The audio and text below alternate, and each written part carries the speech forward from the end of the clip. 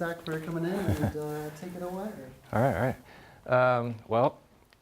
Thanks for coming. This is my first time speaking at the CMAC facility. I've done some talks and workshops at Fresno Pacific. They had a film program, which I'm not sure if they're still doing it or not, but it was a couple years ago. So I enjoyed doing these every once in a while to help people, get familiar with the audio side of things, which seems to be, not so desired, I guess, from my experience of, people getting into these things. They like to, do all the camera work or everything else, and sound is always like, oh yeah, we got to record sound. How do we do that? Well, I just throw a microphone on and click auto and make sure your levels aren't clipping and go, right? And then you get back to your edit and you're like, this doesn't sound good. Why doesn't this sound good? And that's what I'm here for, today, is to try to help you with that. I think a lot of people, or some of you guys are here for music related type deals, and some for production like this. My background is I kind of started in music. I did a lot of multi-track recording with the old school 4-track stuff, all the way up to doing tape and Pro Tools, and did a lot of that going through college here. I just kind of used my homework assignments as recording bands and turning it into my homework assignments, which helped a lot. And then I kind of steered away from that and got into production side with cameras. I was actually working with cameras as a camera op often with a facility called Pantograph, which is turned into A-Stone and Catalyst and all the JSA guys and all the local what do you call it, the ad agencies. I used to work with that, and that's how I got into cameras. Then I started not liking cameras because I hated dealing with lights. It was just too much stuff. I just didn't get it. So I went back to sound and took interest into post-production sound for like movies and things like that. And I moved to LA after I graduated from Fresno State. Got an internship down there, worked for a facility called Dane Tracks, which is responsible for doing like the Boogie Nights, the Matrix trilogy, things like that, and I got a lot of good background working for those guys, logging tapes, doing sound effects, field recordings, all that stuff that went to the big picture.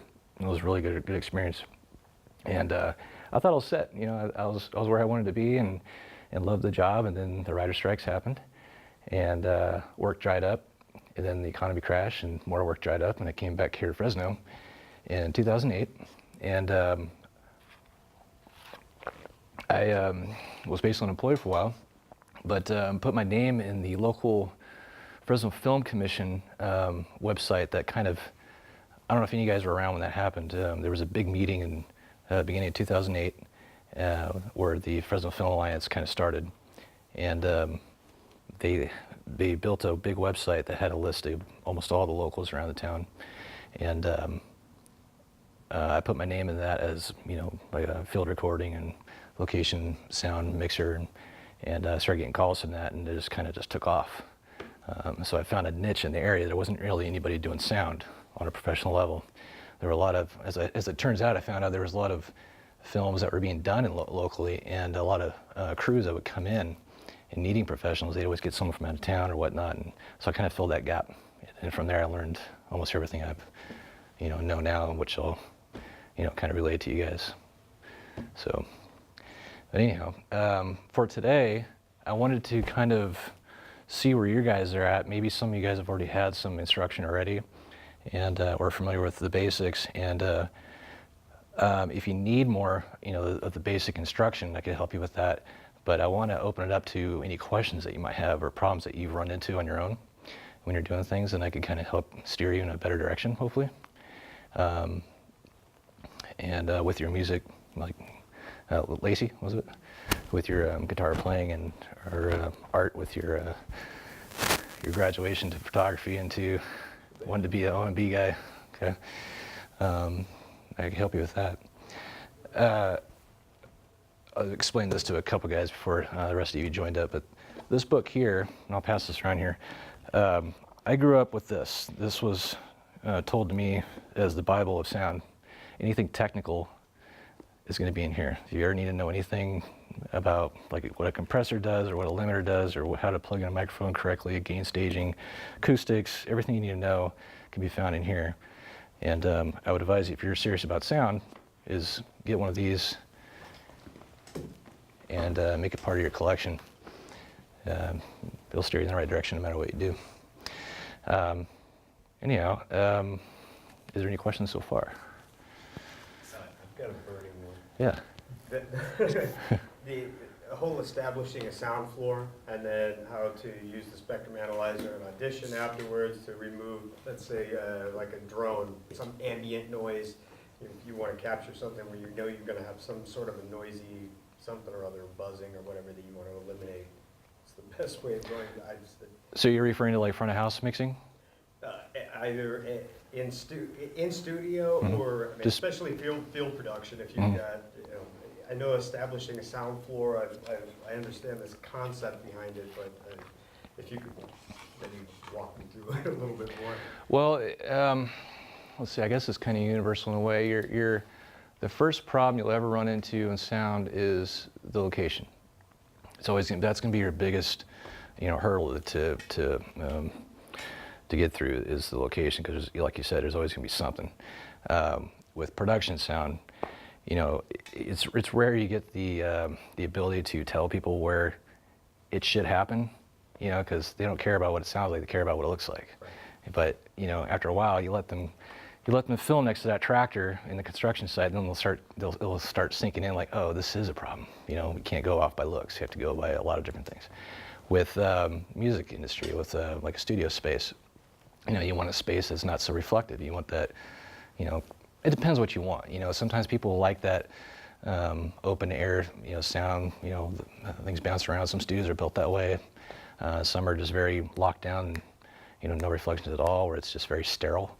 And then with the, live mixing, it's a little bit of location issue, like how I explained the first time, but you're also having to, you don't get a say. You're competing with frequencies that are feeding back, like from your system or whatnot. It depends, you got a big speaker system shooting at you, and, you're worried about phase acoustics and stuff like that, and notching out things that are, so, your audience is hearing the same thing throughout mostly, from any position that they're sitting at, because you got a huge, space that you got to fill that sounds even throughout the left to right and front to back. That book goes over a lot of that stuff. Now, you mentioned like a real-time analyzer. Is that what you're like? Well, I mean, just the concept of establishing a sound floor from the beginning. I guess that's getting the purest noiseless sound in any particular environment that you can, establishing that, and then using Audition, because I know most of the tools are like, when you want to remove some dynamic in there, as long as you've got the sound floor established. Yeah. Room tone is what helps in a production environment like this. Many times I've been in like Google or something. You're up in some stupid studio that they have there, and there's always like something buzzing somewhere, or there's like an elevator noise nearby or whatever.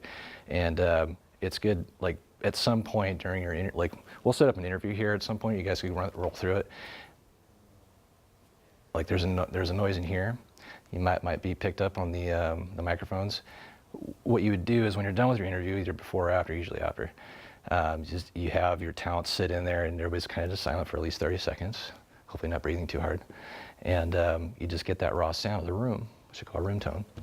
And what that does is for an editor in post, they're able to make some smooth transitions between, like cuts between different interviews or different B-roll or whatnot. So you don't, as soon as their scene comes in where you start hearing and seeing them talk, it doesn't just go all of a sudden you hear the sound of the room. They can bleed it in, or if their sound editing tools are good enough, like was it Isotope is the big one. That program's so good now where you can actually get rid of a lot of the noise without compromising too much of the sound that you want.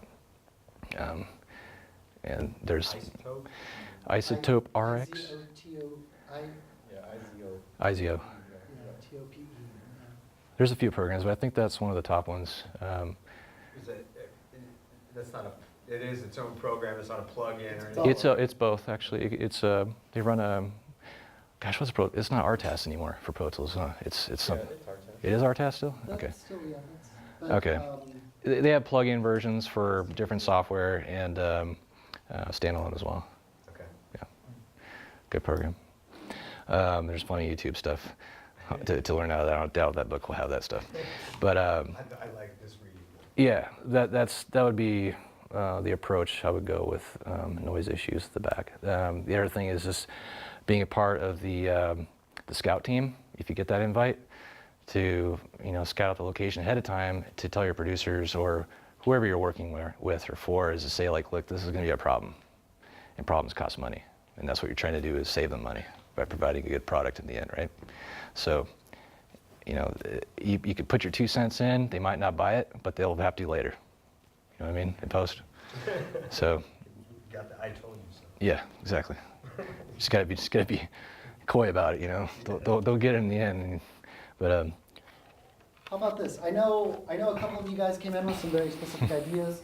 I know, like recording a guitar as an instrument. Let's put as many questions on the board that we can, and we'll do some exercises and see how many of these we can just answer organically. Yep. And then at the end, we'll dive into specific ones that maybe don't get answered. So like the guitar one, like in our interview setup, we probably won't answer that, but we can talk in generic terms afterward. Yeah. What else did you guys come in here wanting to know more about? Wired or wireless? Wired versus wireless? Yeah, and we could do, we'll usually be able to do a test, and you guys could hear that maybe through headphones. You could A/B that stuff, or play it through their speakers maybe. I would imagine a lot of you guys that do production stuff, when you're dealing with wires, trying to hide them or not. What's the procedure on that? And yeah, what's the most efficient way to go about that too? Yeah, I can't, I won't give away all my tricks, but I could tell you how to make your own bag of tricks, because it's never the same, ever. That's the one thing. Everybody's always wearing different clothing types, different, ties or no ties, starchy shirts, non-starchy shirts. Some work better than others. Some are hairy chests, some are not. Some are gifted, some aren't, and everything helps, in your favor. And it's just a matter of how to use it. It's always practice. But I'll show you some ways how to develop a way to be able to keep practicing but be effective at the same time, so you're not always struggling.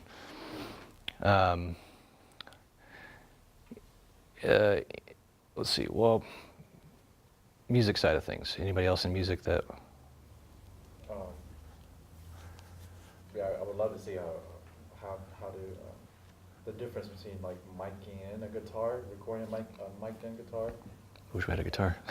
Yeah, Acoustic guitar, I imagine. Yeah. Or like one with a pickup too.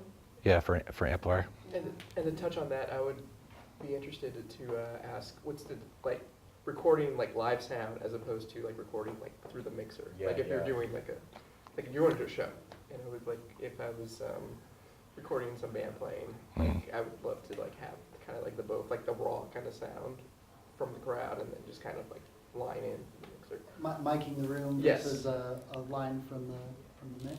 Yes. I see. Yeah, recording live is fun. Gosh, I remember doing plenty of those. I always went for, it's just, you need more mics. You want to do stuff like that. You want to be able to mic your instruments and not make them sound wide, but you want to have that mix for the wide as well for the crowd and all that. So I get it. You just need more mics, basically. Yeah. Along those lines, I know that I have a friend that records live, and he says they're real expensive. It's like this array of these two little mics, professional recording, and he said they're as much as a car. I don't know what they're, but anyway, long story short. They get that much, yeah. Yeah, pretty much as far as live music, distance versus level of the music, finding that ratio. The signal and noise. Or something, you could, maybe pull it back a little bit, for the mic so they're not getting any distortion, or bring it closer. Yeah. Things like that. If it's loud rock, you want to definitely, you're going to have to keep it back a little bit. Yeah, basically it's your signal to noise ratio kind of with what he's talking about. Microphones themselves have an SPL level. You'll find that in the books called sound pressure level. basically a microphone is like a speaker that works in reverse. The element inside, is sensitive to a point. Like dynamic microphones, which don't require power to run, they have a lower operating voltage, but they're more durable as far as SPL goes because they can handle more of it. Usually, depends on the design, but usually that's what the case is. You get to condenser type microphones, which require power to run, more sensitive, but that also means the diaphragm is more sensitive, and they usually require or handle less SPL than a dynamic. They can do a lot. It's just a matter of how you use them. You want to have the right. You need to know your statistics or the attributes of your microphones to make sure you're using them correctly. Some of the mics I have pretty high SPL ratings, somewhere around 120 to 130 sometimes, because I'll go anything from working on the runway at the Air Force Base to doing something that's really super quiet dialogue for a film or something like that. And I need that range, and having a proper gain stage will allow you to keep those boundaries of the sound levels to a point where you can use them and they're not distorted. They'll sound just fine. Like quick example, I just had this the other day. What was it doing? I was in a candy factory up in this Sconza up in Oakdale. Really awesome candies. Anyways, this place is just loud. And they're turning their buckets and all this candy's rolling around inside these big metal bins, and there's like 6 of them on each side of the wall. And I was trying to record his dialogue. It was just a lost cause. It's like you just do what the producer tells you to do sometimes. It's like, yeah, this is going to be a train wreck, but you'll do it anyways. So we're getting him, but at the same time, I want to try to get something usable so they could have the sound of that in their film. And usually a normal mic setting when you're having a microphone is you want it on line level, put phantom on so that you can power your condenser microphone. But even with the gain all the way down to like 1, it's still clipping. You can see it on your meter, it's just hot red, it's just slammed. And they're like, okay, what do I do? Everything's down, so there's nothing you can do. Certain mixers, like this guy here, actually has a line level plus phantom. So you bump your whole gain stage down to 50 decibels, and you can still run the mic, power the mic, and you have all that headroom now, and that fixes everything. So it's what the tools offer you and knowing how to use them correctly. As you do that stuff. So. I thought you were going to say something. Okay. If you do find yourself in a situation, our cameras have something very similar.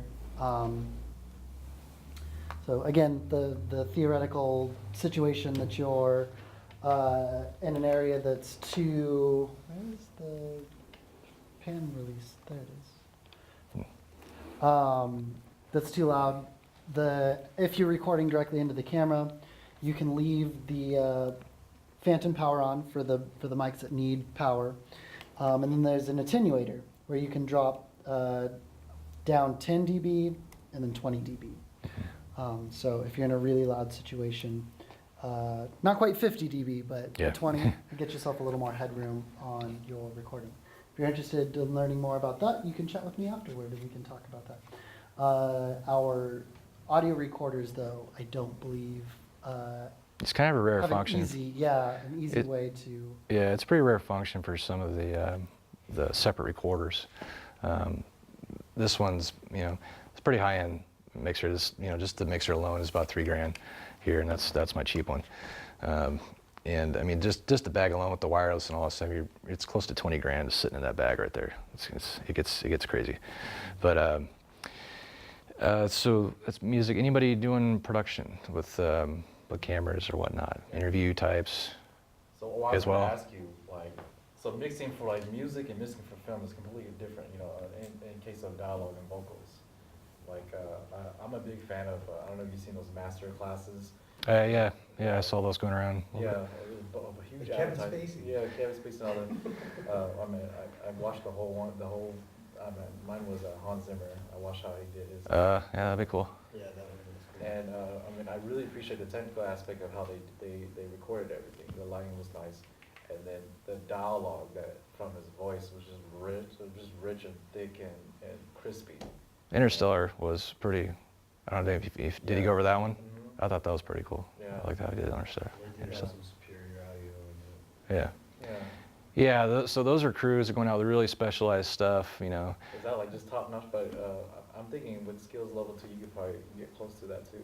Oh yeah, I mean, you know, it's actually the recorders they use were 788s, which is from the same company as Sound Devices that they record those with. The microphones most likely are Sheps. I don't know if you're familiar with Sheps. Very high-end German microphones, and actually, I left mine at home. I could have showed you, but they're, you know, very natural sounding, very good stuff, and that's why they go all out with that guy, and you could hear it in the end. It makes a difference, but Yeah, like- kind of want to get into you know, setting up some stuff. I don't want you guys sitting around too long. I want you to kind of start playing with some things, and if you know, come up with problems or questions as we do this, you know. Yeah, so let's, Don't I? I was hoping our first setup could be more of this like interview kind of style. We'll have one person sitting in the interviewee chair and one in the interviewer chair, and then just kind of let you set up how you would set up for Yeah. an interview. Yeah, can I borrow 2 people? Can I have one person bring a chair and be the interviewer, and still got a chair for an interviewee? Can I borrow 2 people? Yeah. And I just have a really simple camera set up, and we're just using the studio lighting so we can focus more on the audio setup of things. If you had questions later, like, or if Yeah. you wanted extra tips for like recording acoustic, you know, just let me know, and I can give you, I can show you like what I used to do. Okay, because I've never recorded. So okay, I yeah. don't even know what questions to ask. Do you have equipment of your own to deal with yet? Okay, so you're gonna be using the stuff here? Okay, which is totally possible. I mean, you would do fine with like that F4 over there and like a decent mic. I've seen some of the mics in their closet here. They're really nice. A couple of Royers would make your acoustic sound amazing. My work has little sound booths too. Mhm. All right, so we got our interviewer, we got our interviewee. You can see what the camera looks like on the screen over there. Mhm. Good. That's really good. How, So we got Zack, do how we have a would you- cam up? Do we have a cam up, or? Well, yeah. Usually I never touch the camera, obviously. That's someone else's job. Usually don't have a microphone on either. Yeah, exactly. So a lot of the work I do is really, you know, it's a simple interview stuff, which is a nice day at work. You drive in, you set up, you know, stuff for simple, you know, one-on-one interview, and wrap up and you go home. Other days it's more complicated, doing some reality things or E&G things, running around town in the middle of San Francisco dodging traffic, which is not so fun, but it is when it's all over. Anyhow, so what do you have in your With- hand right there? so right here, basically, this is like a boom cradle that I have. It's little knives, and just the you know, the leverage of this seems to work a little better. I don't like the idea of having this much space holding a pole that's fully extended. Doesn't, you know, seem right to me. So I got this guy, and it's a little pretty simple to operate. But well, the first thing I do is, you know, I let cameras set up. It's better to, you know, get stuff like your wireless ready. Usually when you're doing an interview, the producer's going to ask you, like, at least throw a wire on for a backup and a boom. Most of the time, if you're in a nice controlled area like this, the boom's going to sound the best anyways, and I tuck away the wire deep inside the tracks for them not to find, even though it's there, because I don't want them using the wireless, because, which was your question, even with today's technology and digital, wireless is still getting compressed to a point, and it doesn't sound the same. Wired, if a nice mic, and, you know, cable is going to sound better than your $300 lav. You know, you got a nice $2,000 mic, you might as well use that, right? But we do have a wireless unit if for whatever reason you do need to record wirelessly with your shotgun mic on a boom pole, and that we could probably record for a little bit on XLR cable, and then with the wireless adapter on there. So this is wired right now, right? It will be. Yeah, there is a wire running down the center of this boom pole. Oh, okay, I was about to say, yeah, it's not connected to anything. So what I'm going to show here, I guess we could go to the recorder. Yeah.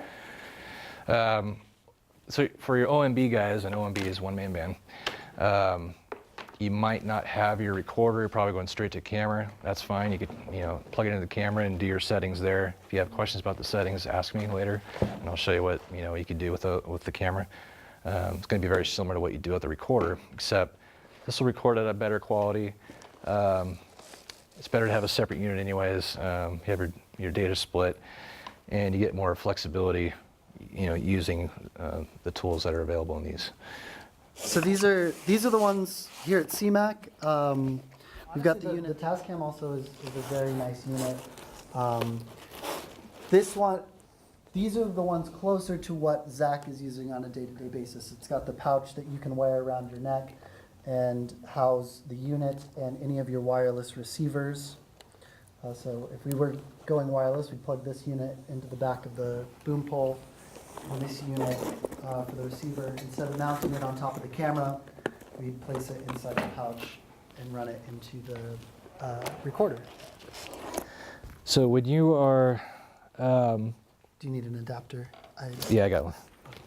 Just wasn't sure if I needed one or not. When you're setting stuff up, let's just say you got a job, right? And it's it's an interview setup. It's some tech company, and the best thing to do is when you show up, you got your stuff on the side. Meet everybody in the crew. Let your camera guy figure out what his shot is. He's going to have lights set, to set up, backlighting and all this crazy stuff depending on what their setup is. And he's going to be moving the stuff around for a while. In the meantime, I would, if you got a boom pole and cradle, which I highly recommend, is having this kind of setup, because sometimes they could be very long interviews. You don't want to stand there just struggling, right? Is just set this stuff up on the side of the room, figure out where his lights are, because usually what happens is you get ambitious, you're like going in there, hey, this is going to be perfect, I get there before he sets up, and you walk away and he's going to go, I need to put a light right here. Always happens. He wants to put a light exactly right there, and you have to move out and undo everything he did and start over. So at this point, I would do everything with getting your mixer set up, getting all this dialed in. Sometimes you'll have a time code that they want to have you do, and that's another question. If you guys have a question about time code and all that stuff, you can ask me about that. It's a whole nother animal. Get your connections to camera set up. So what we're not going to do here is show. We could do that, but basically, yeah. I brought a breakaway cable. Sometimes they want sound sent straight to camera as well as have a backup. So you have 2 points of sound in case one fails. You got another one. So you could be setting that part of it up in the meantime, and getting your wireless ready, and maybe get your talent wired up if they're there on set or somewhere in the building that you can get them, prepped so they just walk in, sit down, and go. Let's say the camera guy's all set up, he's good to go. Now we can get this guy in a position, right? So you kind of want to always go on the side of where the fill light side is, not the key. You want to try not to cross as many lights as possible, because you don't want to get these shadows across. And this isn't exactly the perfect setup for this thing, but obviously you can see we're not really casting a shadow much on him. And then just get this guy as close in as possible, depending upon what the frame is. You could sit behind camera and just kind of watch, and you're like, oh, okay, that's kind of neat. And really get in there. The closer you get, Yeah, I'm nervous. you can look in that book called look up proximity effect. If some of you are familiar with that. When it comes to directional mics, cardioids, anything that's not omni, the closer you get to the mic, you will get what's known as proximity. So your lows increase and your highs kind of stay the same, but it just gets more presence. It's really beefy kind of sound. And this mic in particular is very beefy sounding. For as little as it looks, it's kind of deceiving, but this is a really good vocal mic, and it's actually good for guitar stuff too. I've used it for that. But What kind of mic is it? this is a Sennheiser MKH50, and it's very good mic. It's very low noise. You don't hear any self noise in this thing at all. I use it for a lot of ambient recordings. I go out to middle of nowhere, and I'll have that sit in the field, and you can get the surroundings. It's pretty neat. Anyhow, so that's a good position. And then let's see, we got a wireless here set up, or we're just gonna go straight. We can start, maybe do a little intro to an interview, record it with the XLR cable running into the audio recorder, and then Step it up cut, at the, and then we'll yeah. swap in a wireless unit, and then at the end we can we can step into the control room and listen to these recordings on the monitors. And That's awesome. yeah. And what we'll do, let's see, yeah, I'd like to do, let's do one with this mic, and then we'll do one with that mic, so you guys see if you can hear a difference between those two, then we'll add in a wireless. Yeah, we'll do wireless. Okay. for that. So, let's see here. Next thing you want to do is get talent to, I don't use headphones, I use these earbuds, and these are just Shure's, like 300s, 315s. I use these more often because a lot of the work I do, I'll have to wear a helmet or something. I'm in some kind of construction zone or whatnot, and you know, this doesn't play well with that stuff. So I started using these and never looked back because the isolation is really good. You don't hear anything outside. So let's get, I'm sorry, what was your name? Ace. Ace. All right, Ace. So let's get Oh, yeah, okay. let's get him to talk. Hi. And Mike says, Ma- Ming, What'd you have for breakfast today? Ace? yeah. I didn't have breakfast today, Kyle. Unfortunately, I've been sick with the flu for the last week. So, Are you over it? Yeah, I'm Are over you it. just coming in and infecting No, all I'm of us? infecting Zero over everybody. I'm totally here to infect. The interview's all. over, guys. I'm checked out pretty good. Yeah. Okay, okay. I'm okay. I'm better now, thanks for asking. Okay, Zach, Okay. talk us through what you're doing. All right, so I'm just kind of watching the levels here. I haven't used this mixer really before, so I'm not sure where's the gain section on this guy? The option? Yeah, hitting this button here. So Okay. this knob is your trim or gain, mainly for the Oh, for each selection? yeah, or each one would be for each knob. So yeah. Oh, this is the gain. They call it trim, but it's gain. Does it ever turn into a fader? You step to fader, and then no, that's always trim. Yeah. I forget the mode. There's a mode. Or maybe you button. click. Oh, okay, so now this knob does fader, sorry. Oh, that's interesting. Okay. All right. Anyways, what I'm doing is I'm just kind of letting him talk. Feel And free to gather around. If there we go. Yeah, I don't know if you guys can see that from here. If you want to get closer. Basically, so I have, I got the boom coming in on channel 1 here. That's all we need to do. He's coming in. Ask him about the show that he makes here. I guess that is channel 1. Oh, I see. Okay, so it's 1 and 2, then 3 and 4. All right. So you can see it coming in there. I'm actually recording right now just to have it. But when he starts talking, so go ahead and. What Show that it's actually, my father produces the show called Valley Veterans Forum. see. We're both veterans. I was a Navy and an Army veteran. I'm guessing this is 0 right here on the far. all That'll be the way to the that'll right be is That'll be 0. your clip point. You really don't want it to hit that as much as you can. So I would. Which spot on it? Which line? All the This- way to the right. All the way. At the far right, you don't want it to hit there as much as you can. So what I try to do is I try to get my peaks to hit somewhere around what would be like a -8 or somewhere around there. Just so This line here is -6. it is? Okay. So I want my peaks to kind of be in between these two lines here, which is kind of where they're at. And that's a good safe spot. So if he really gets anxious or excited, you'll have that covered without getting any kind of clips. So it sounds pretty cleaner. So I'm just going to, does it stop on this? Oh, here. And he's a mentor. Okay. So we got that saved. And what I'm going to do here is I'm just going to switch the mic out real quick so you guys can hear the, Here, let's roll with camera. Okay. Let's do what, with the same one? yeah, Okay.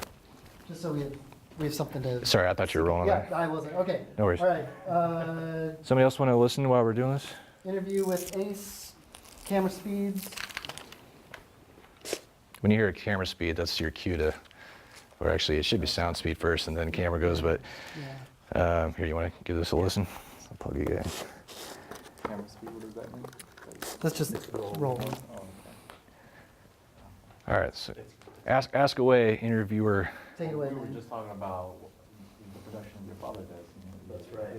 That's incredible. You guys actually get to showcase the Valley veterans. So think about, you could adjust to where you think A lot of us, you'd want his. a a lot of us who When he- are. when he starts talking. The interviewee sounds good, but It's, him, I can barely it's hear him, but I greatly guess that's because we just have satisfying the boom for us set to up. be Right. able to, Yeah. to The bring level of that the boom aspect sounds to the good. community, or at least highlight it, and CMAC offers us a terrific forum to do that, because it is community television, and the subject of veterans' Yeah, that's just the- needs don't worry about and issues are really at the core of a lot of community events. Over the years, interviewing these veterans and hearing all of their vastly different stories, you gain this broad spectrum understanding for how different and how different these people have, their experiences have been, either in combat or even some people that were not in the front lines of combat. They're still back here at home, making a difference in one way, shape, or form. And then you also get to hear the civilian side of that story as well, because for every soldier, man or woman overseas fighting, there's usually someone at home that's taking care of the home front and the kids and all that, and that's an equally important part of the story. So it gives us a lot of insight, and it's really neat to be able to do. You just get to hear Okay. some of these stories are. Save that for a second. What we're going to do here, let's go ahead and, here, why don't you go ahead and stop out there. Did you hear a beep? Yeah. Okay. So we're going to cut that. Now let's have one of you guys swap out mics here. So we're going to take that long shotgun style and replace it with that Sennheiser, so that we have a comparison. You can see what the different types, because these two mics are different. So what you got here is the Sennheiser is a cardioid. It's just a normal, regular cardioid mic, kind of wide pattern. Good for a lot of things, but if you ever had to do like multiple, like two people at once that are sitting close to each other and you only have one mic, that would be the one to use, because it would actually kind of get both of them. Without, this guy should be kind of narrow. So it's, the shotgun, it kind of rejects a lot of the outside noise, which is good for like noisy locations, for kind of pushing off unwanted sounds, right? So if you're trying to do two people with that guy, it'd be a lot harder, because one's, they're both going to sound a little off if it's right in the middle of the two, or one's going to sound good and one's not. I didn't even think about it. I was going to email you today. I earlier really had today. no idea what to expect. Yeah, that'd be a dilemma though. Yeah. And if you're really lucky, you just have two booms and you got them both covered. If you guys want to pass this guy around, that's it. So now we got to lift this one up because it's in the shot. Yep. So So keep one hand on here. One hand loosen this. and you could use your reference. Yep. You got the camera screen. And you got your here. camera behind you. You could go ahead and drop it in and watch what happens, so you can see exactly what you want to do. Let it There you show go. up in See camera. that? And then pull it up a little. Yeah, that Yep. inch. Just get it right out of frame. A little bit more. Add an inch. I put my foot on the base of this just to. Yeah. Yep. Yeah, we have sandbags too. What I do too, guys, this kind of helps, is you get a little piece of thin white tape, like thin white gap tape. You can put it right around this, and what that does is when it does come down in a monitor, you can see it real easily, and so you're You in. could use it to cover his mouth. Yeah. Gag him up. All right, so let's roll again Yep. on this other microphone. Someone else want to put the cans on? Yeah. And press record for us? Maybe Lacey wants to do that? Let's go Now ahead. you're, Just press the red dot button. there you go. Sound This- speed. this is gonna be your camera control. speeds. Now, the mic might be different. Control what? Your I have no idea fader. what I'm This doing. this So we're- knob here. We're plugged right in here. This is Uh-huh. channel 1. So this is your channel 1 control for your levels. And we're gonna want to try to get the line to bounce. Somewhere between these Okay. Yeah, between those. two. Okay. It's kind of hard. There's no like meter to show you a number. You're looking at a visual, but you control it here. So wherever you think this should land, Go ahead. and Continue telling here, us I'll about start you low. Valley You can Veterans change it as you go. Forum. Okay. One of the interesting things that is going to be coming up here in a few days, actually 2 more days, is the very first graduation of something that just got brought here at Fresno, which is Veterans Court. A veterans court has been established in several different cities, and it's just now coming to Fresno. We got a lot of veterans out there that may come back from deployment, especially the guys and girls that are doing multiple deployments. It does take its toll on you, and we do have a very high rate of not only suicides, but and it's a serious thing. 22 a day die in the United States from suicide-related incidents, and there are many more that have drug and alcohol-related problems, and so on and so forth. It tends to be symptomatic, I know, because my family, my father, my sister, my uncles, we have a lot of military in our family, and so I know that we tend to have like a hair trigger kind of response to things, and that's I guess what was ingrained in us. In a war zone, you don't really have any time to think about things, and so whether you're fighting fires or saving lives, it's so I think it's just something that you keep going. Just No, you're good. That stretches. Anyway, Hey. so we're really excited about that. You're good. And, once again, the show is called Am I Valley supposed to do Veterans anything? Forum. So what you want to do is wait for someone to say Cool. cut, And we cut. and then you press stop. There you go. Cool. Wrap it up, wrap it up. All right. So, okay, so we got those two. So that'd be 2 and 3, the difference of those. Yeah, yeah. And then so now we'll do the same thing, but add in a wire. So this is where you could put, learn how to use the wireless that they have for you guys here, and then how to implement it. All right. So who wants to, we need to put some batteries in these guys. I've got a set of batteries here. All right, here, take this, and 2 batteries here.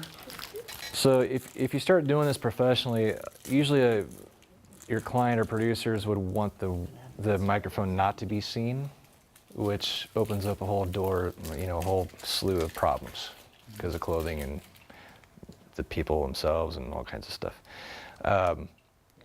Sometimes you can get away with just having it on the outside, like the news or whatnot, or it's such a problem that you have to have on the outside anyways.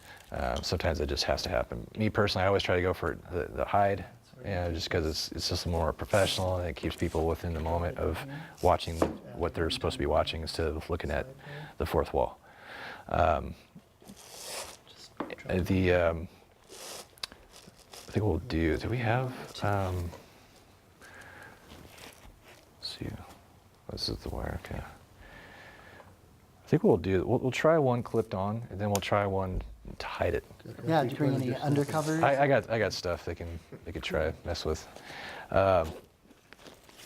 And when we play it back, you can see, or actually when you listen, you can hear what the problems could be. Because it's always a gamble, and then try to figure out how to deal with it. Someone raised their hand about when it comes to hiding wires earlier. They had a concern with. I was interested in that as well. Okay. As far as techniques go, but we'll get to that in a little bit. So we'll see what I have here. Cool. All right. So let's mic them up. We won't worry about hiding the cables so much. So one little trick, if you end up doing this a lot with wiring people, is keep a pack of breath mints in your pocket. Yeah. You never know when you're gonna mic up Kate Beckinsale or Johnny Flowmaster. Halitosis. Yeah. So am I just sticking this outside here? Yeah, or you could do something like I did and kind of, try to hide the wire at least, I mean. As much as possible. Yeah. I had a pet peeve, or I don't know if you guys, there was a show, Alex Delgado, 24. Yeah. She used to do a daily show. I don't know if she still does it.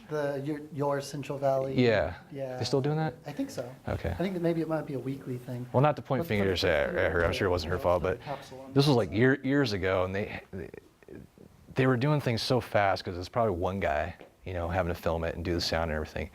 But she has an IFB and a wireless of her own, and she had just a gaggle of cables just, everywhere. And I could see it on TV, and I was like, this is horrible. You can't, try to be somewhat, discreet about this stuff. You know, that's not bad at all for what it is.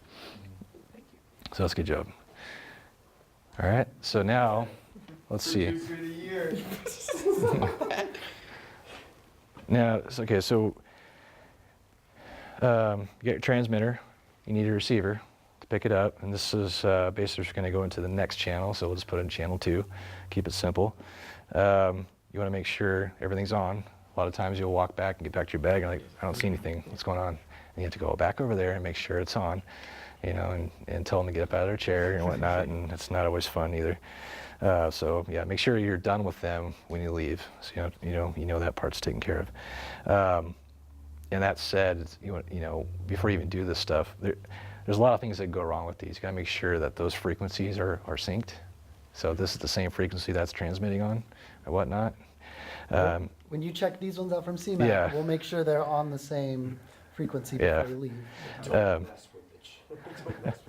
Try not to change them. Yeah. If you can help it. There's a lot of things that go wrong with these. So, you know, if I'm sure if you guys have problems, or you know, Kyle could help you out, or myself if you have questions. But we won't get into that much right now. Be more of like advanced class maybe. So let's see, who wants to get their headphones? You want to try it? Sure. Here. Hi, Jonathan. So we still have your boom on 1, and now I got this new wire on 2, and it looks like it's coming in there. So let's do a little sound check. Yeah, give us some. Mic test, 1, 2, 3. Happy birthday to me, happy birthday to you. God bless America, and everything's cool. How does the monitor on this set up? Yeah, so So are they it's, hearing? it's Or is all it straight mono. up? It's yeah. Oh, okay. It- So check. We So, could hit PFL and I think Okay. pan it if we wanted to, but default is center. okay. So what you're hearing is this is where phasing comes into play. You got two sources at 2 different distances. Those of you that deal with music probably are familiar with the phasing aspect. Your 3-to-1 ratio, all that stuff. Most likely it's phasing right now. So it sounds goofy when you hear both sources at the same time in both ears. A way to combat that is to, I'm sure this mixer could do it, but I don't know how yet. This one, I have it set up so my boom's in my left ear, my wires are in my right ear. And if I need to solo just one or the other, I have right only, so it goes to right for both, and left only for boom to both, or right or lab to both. That way I don't hear the phasing, even though I know it's there. It's never going to be used. But I can hear the different sources independently. That's kind of an important thing. So a way to do it on this is just to hit this PFL, which is Pre-fader level right, button. pre-fader locator. You can hit that. Prefrontal locator. Turn this knob down 1 to pan. Other way. Push it in to click it. And now switch it from one side to another. Yeah, just turn that.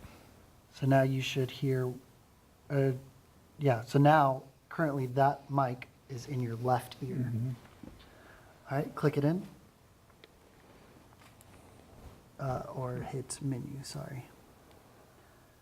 So now we can hit PFL on this mic No, that's small fingers. and click this in again. And send that one to the other This side. one. Turn it the opposite direction. Yep. Put it on R1. There you go. And now hit menu again. So you should be hearing one mic in one ear and the other mic in the other ear. Go ahead, Mike. What it is. So do you hear this?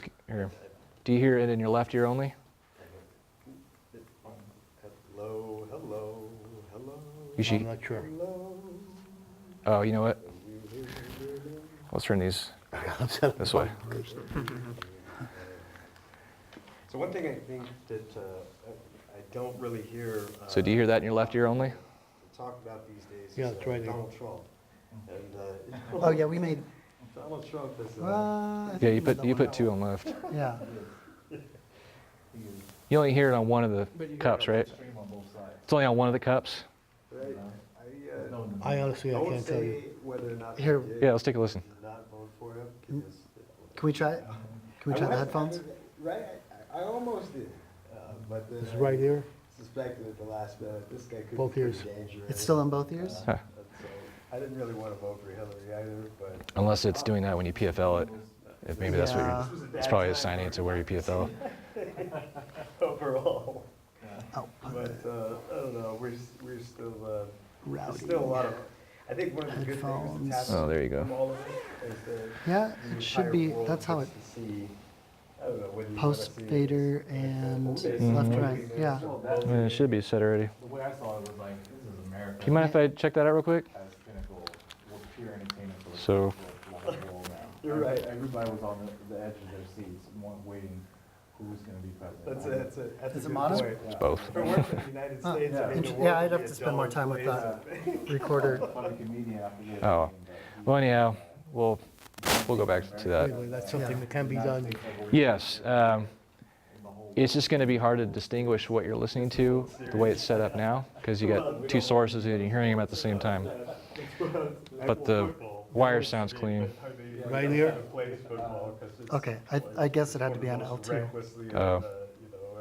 L2 and an R2. Yeah, oh well, okay. Rugby's pretty wild. Every once in a while, I'll check out one of those matches. All right, so anyhow, let's roll some sound.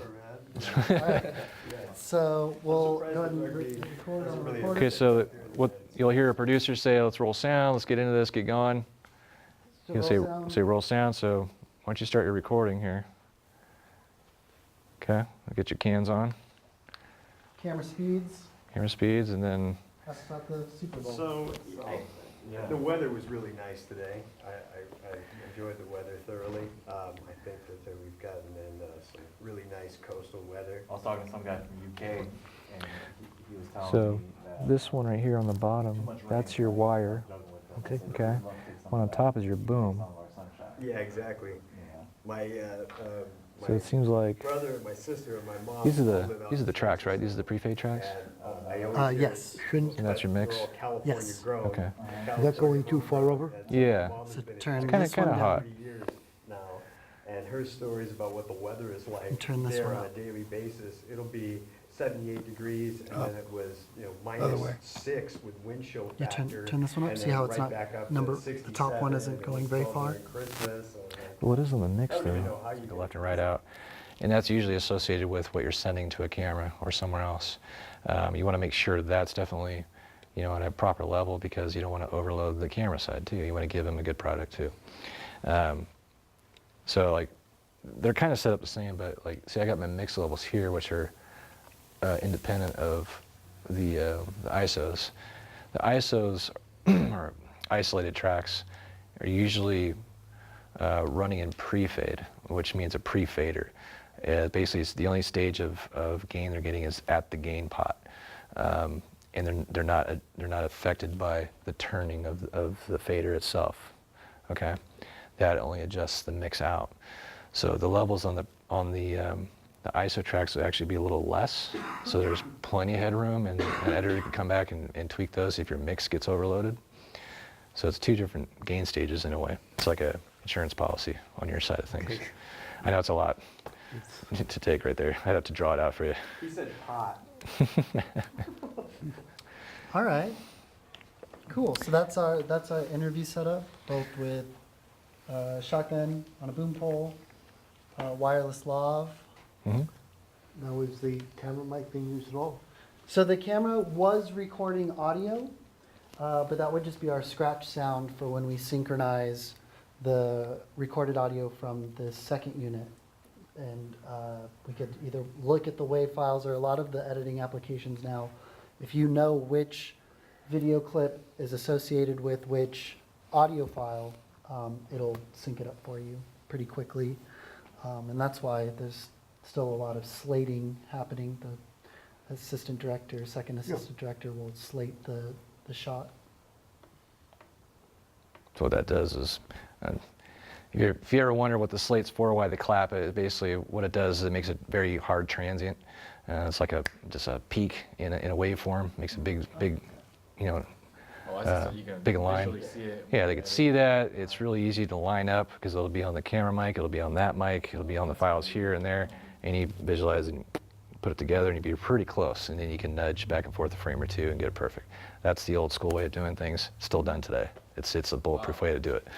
I did I On that- never knew that. I thought it was just for fun. No. I was like, I'm a team. I had We're some official. questions Yeah. about being able to utilize that same type of sound technique for metadata. Can you, I'm sure that with some of these more advanced editing techniques where you see that they're taking, like a music video or whatever, and every word that starts with an M or something like that that has a particular sound, they're able to cut to using metadata. How was Yeah, there's like you got that dry erase? Oh, yeah. Is it up there? Like Pro Tools has an old tool where like you Yeah, had we can- you have a waveform like Or on, actually, on no, your we editor, can and it's just- just like this, and you have a peak like this, or this kind of thing. There was a tool on Pro Tools that you could call it tap to transient, and it just picks out these, and every time you press a tab button, it just skips right to this. You press it again, it skips right to here. It puts your edit line right on that, and then you could move stuff around right onto the transient or whatnot. And it's a nice tool. There's lots of stuff like that help move things around for editors. In terms of simply syncing the audio to the video as well, Zach mentioned it earlier, time code.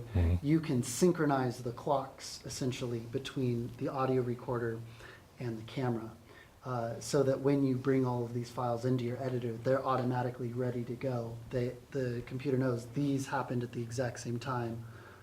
They go together. That's quite a bit more advanced technique. Most of the members here, when they do record their audio separately from their camera, they just make sure the audio, of course, was recorded on the audio recorder, but also recorded on the camera, because again, it's pretty easy to line up these loud sections on the editor. And a lot of the programs will do it for you if you know which video clip goes with which audio clip. And I don't know if you guys on your sheets do it much. I've added, when I do slate, to give a marker between my audio and my video. Most audio recorders give you the file name of that current recording. Our recorders do. So I've been adding the file name to my dry erase slate, or I have someone the audio operator shout it out at the beginning, so I can look at the beginning of my video clip, and either the slate has it written out or someone shouting it into the microphone, so I know which audio file corresponds with which video file, right? I just need to start playing the video, and on the slate it says file 0001. Yeah. When we did that field boot camp with Lisa, that was one of the most valuable classes that we've ever taken, because it was that protocol. It was speed, roll chord, and somebody said the audio track, and then it was a process. Yeah, Lisa does a pretty good workshop for, she's got the processes down for you guys. Yeah. Yeah, there's tons of ways to skin the cat on these things. I mean, you can get as advanced to where you don't even have to do anything. Everything's so locked and synced perfectly. You could actually have the camera button start your recorder for you, kind of thing, and everything's locked. And basically just hand them a card at the end of the day, and here you go, and puts in the editor, in 2 seconds it's all synced up perfectly for you. And there's some pretty cool, pretty inexpensive ways to do that I have tools for. I'd be glad to show you guys some other time, but. I'm guessing that the more the controlled environment, the more opportunity you have to utilize tools like that when you're Budget oriented. Okay. Yeah. Or you afford it. Yeah. Can you afford it? Yeah. I mean, there's a lot of tools out there, but they all cost something. It costs us to own them, and because otherwise they'd have to rent them, anyways. And at least we know how to operate them and make them work, and everything's perfect. But it costs money. And that's the thing about production. It's cost. What can you get for what you're trying to do? Yeah. And when you can get by, if you can meet your budget, what you're trying to do, with the simplest of tools, and still get a good product, then that's what this is set up to do for you.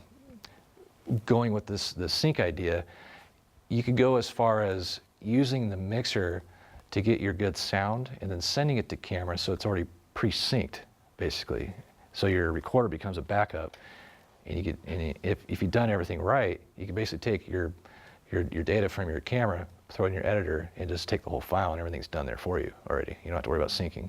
So that would be the extra step that is missing the link here, is using the recorder to network all of the different mics and sources you have, and then sending a mix to the camera, and then you're done. You take your camera, throw it on your editor, and start working. Question on the interview, you've got the boom mic, and the shotgun mic really for the person being interviewed. What about the guy that's doing interviewing? Yeah. You normally put a separate microphone on him, or? Only if there's a camera going right back. Depends on the type of interview. Yeah. This is Mo- more of like the one-sided interview, like Yeah. a History Channel documentary.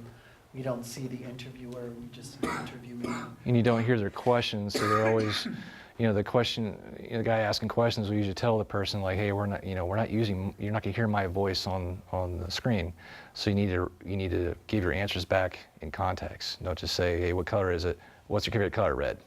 That's not gonna work, because you're never gonna hear that question. So you gotta say, yeah, my favorite color is red. And that's what the interviewee would have to be instructed to do, because there's only one camera. If this was like 2020, Yeah. where Barbara Walters is half why people tune in, then yeah, we would have another camera and another set of microphones just for the interviewer. It just depends on that setup. Yeah. Just for the ease of getting up and running today, I figured a single-sided interview would be Yeah. quickest. Okay. Because like on the programs that I've helped out at, basically everybody's in the same plane, so that's why I guess, just the one set of mics. Yeah. Yep. Yeah. Just use what you need. Keep it simple. That's a big thing. It's rare to run into those kind of productions. I've done a few, but most times it's a pretty much set up like this. This is very common. And if you get those big ones, well, it's just What I've heard a number of things where it's a setup like this, the person asking the questions is back here, but you're still getting his voice, his questions. yeah. Well, that stuff will be cut out. They'll cut around that. No, it's part of it. Oh, well, yeah. Again, it's kind of like how Kyle said. It depends on the show. Yeah. Sometimes they'll leave that stuff in. Kind of just adds a little texture to the program, I guess. But So basically, it's called, that's you pay your money, you take your choice, and whatever you want to do, you figure out how to do it. yeah. As long as you give them what they asked for, it's not your fault. They want to add in something afterwards, and like, oh, I want to actually hear that guy's question. Well, you'll hear it. It'll sound like in the background, but that's their choice. Before we move on from the interview setup, I would like you to show us if we decided we wanted to hide Oh yeah. this log. Yes, good point. You Okay, had some tips to show everybody. let's go ahead and drop this down on your shirt so I can grab it here. Hiding the wire. There's a lot of things that can help you with this. For one, using a different mic. This is a really bulky mic. You could probably trim it down by taking some of the wind protection off, but you still have this like 3mm barrel pretty much. It's kind of a big guy to hide, especially when you have a guy that's only wearing one shirt. Okay, so you only have one layer to hide this thing through, and it's kind of big, but we'll try to make it work. I can take the windscreen. Okay, cool, thanks. So, let's see, hold this. Now there's a plethora of ways or techniques to, yeah, of techniques. It basically is never ending. You could have, whatever works is gonna work, right? I got this it's like a mic case just full of gack, right? Just different tapes and rubber mounts, paper clips, and for wind protection, these fuzzy deals, very similar to the softies that you'd use for your mics when you're outside from wind. It's just a small version of that, and little hoses and tubes that I've found that work on some of mine to stay ahead of the game. So let's say he just shows up. They're about 5 minutes ready to roll. You're the last guy to do something before they can start shooting. He walks up, sits down with a shirt, and you're like, okay, now what? I gotta mic this guy up. So, go ahead and stand up real quick. Sorry. I'm gonna put, oops, oh, it's Velcro. I'm gonna put this here for a second. So you stay in the light here. What I'm going to do is I'm just going to reach under your shirt here. When you tape it to a shirt that's single-sided, you're going to get this effect. You're going to get something like this, right? You're going to see this. You know, it's going to show up in the light, it's going to show up on camera, it's going to look goofy. And then people are going to be like, what's he trying to hide? You know, you can see it, might as well have it on the outside.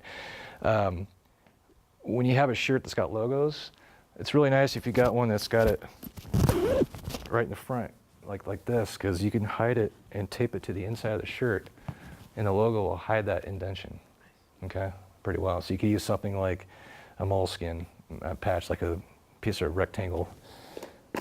You would buy it for your shoes.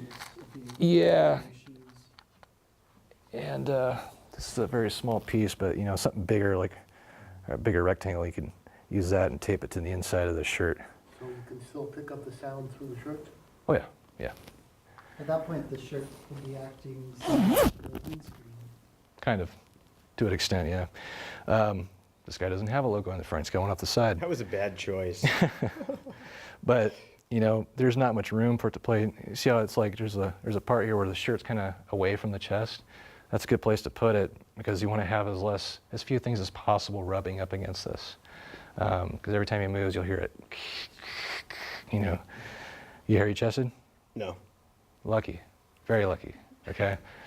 For those that don't, you know, do have the hair, it's a nightmare sometimes. I mean, there's not much you can do, but. I mean, there's some there. Yeah. It's not hairless. So another technique you do is tape it to his chest. I'll do that.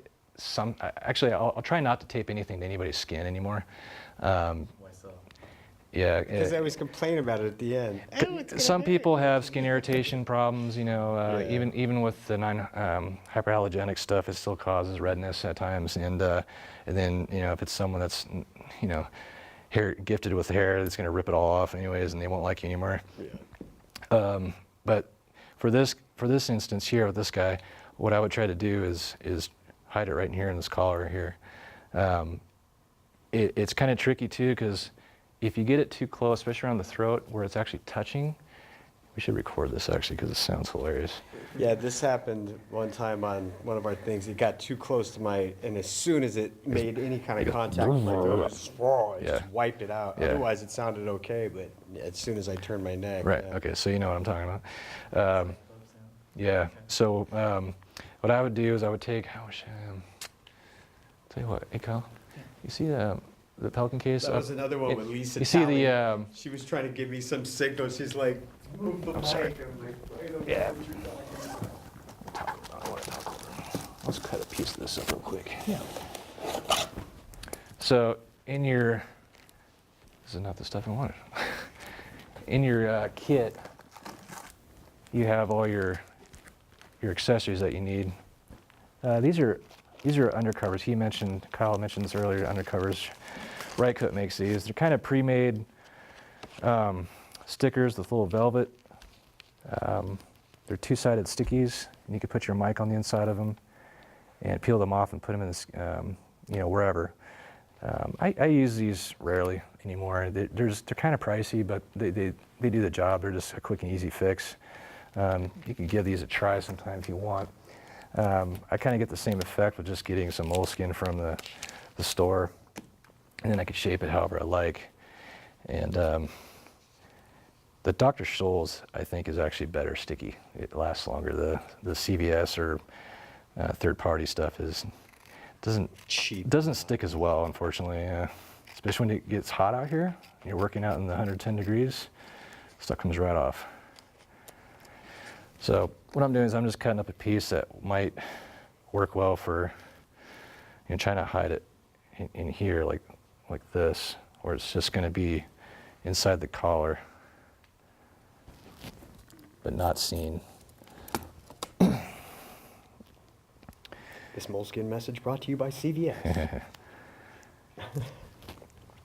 And so what I'll do is the lab itself, like the actual element part, is usually at the edge. And what I'll do is I'll try not to cover that up and just have the tip of it sticking out. And again, this is a big mic. It's kind of a challenge. And because the diameter of that's kind of big, there's not a whole lot of sticky surface on each side of that, which is kind of It'll probably cause a problem. And what I'm going to do is I'm going to tape that to the inside of his collar here, using the seam as a way to hide the bump a little bit. I'm going to do this and drop it down your shirt here. Sometimes this won't work either because if the mic's too heavy, it'll make the collar stretch and it doesn't look right either. Maybe you could reach up underneath there and grab that. Oh, piece of loco's probably itching you. It's surprisingly comfortable. Okay. So, Oh, it fell. there you go. Oh, no. Oh, it did. No wonder it's comfortable. Not even there. Okay. Didn't work, right? Next thing. All right, let's try something Get else. a bigger piece of moleskin. Yeah. Or try a different mic, maybe. And there, you could try it this way. this cheap equipment? We'll try it this way. There might be still a little bit of sticky left, so let's pull that up underneath. Let's pull it outside the top of your neck.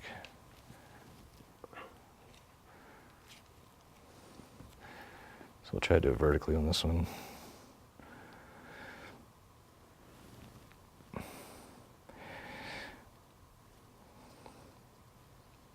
Okay. All right. Take a guy. Looks like it might work. It's holding so far. You get him plugged in, you sit him down, put that in your front pocket, and have him have a seat. And so now what we'll do is let's get someone behind the mixer again and take a listen and see what they think. Don't move too much. Yeah, they're going to move anyways. They're going to do whatever they want to do. They're going to tap themselves when they talk. They're going to do all this stuff. They're going to fiddle with their collars, and you're going to tell them not to, and they'll still do it anyways. That's why we always run the boom as well. Yeah, try to get them both pretty balanced. All right, what'd you have for lunch today? Once again, I didn't have. Oh no, my dad brought me a Whopper before we came over here, and it was a pretty tasty Whopper. It wasn't the best I've ever had. I kind of prefer extra onions on mine, but you know, I put in the order, and he didn't get it quite right. I like extra onions on my Whopper. I said to him, "Father, get me extra onions on my Whopper, please." And he didn't. And All right, so we'll roll camera. All right, why don't you, here, I'll clean this up. You can. Yeah, you can just jump in the hot seat or anything.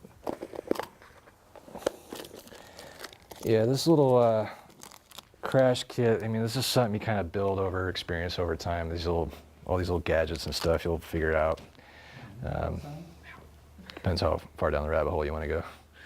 All right, so we got the hidden lavalier. Take it away, Arthur. hidden lavalier. Take. Tell me more about this onion. Is it like extra?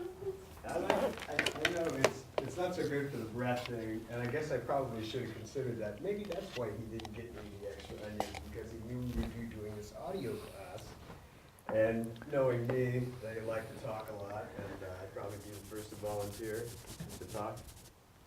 You have an itch, I right? have an itch, okay, and I got an itch, and the only prescription is more cowbell. Wham!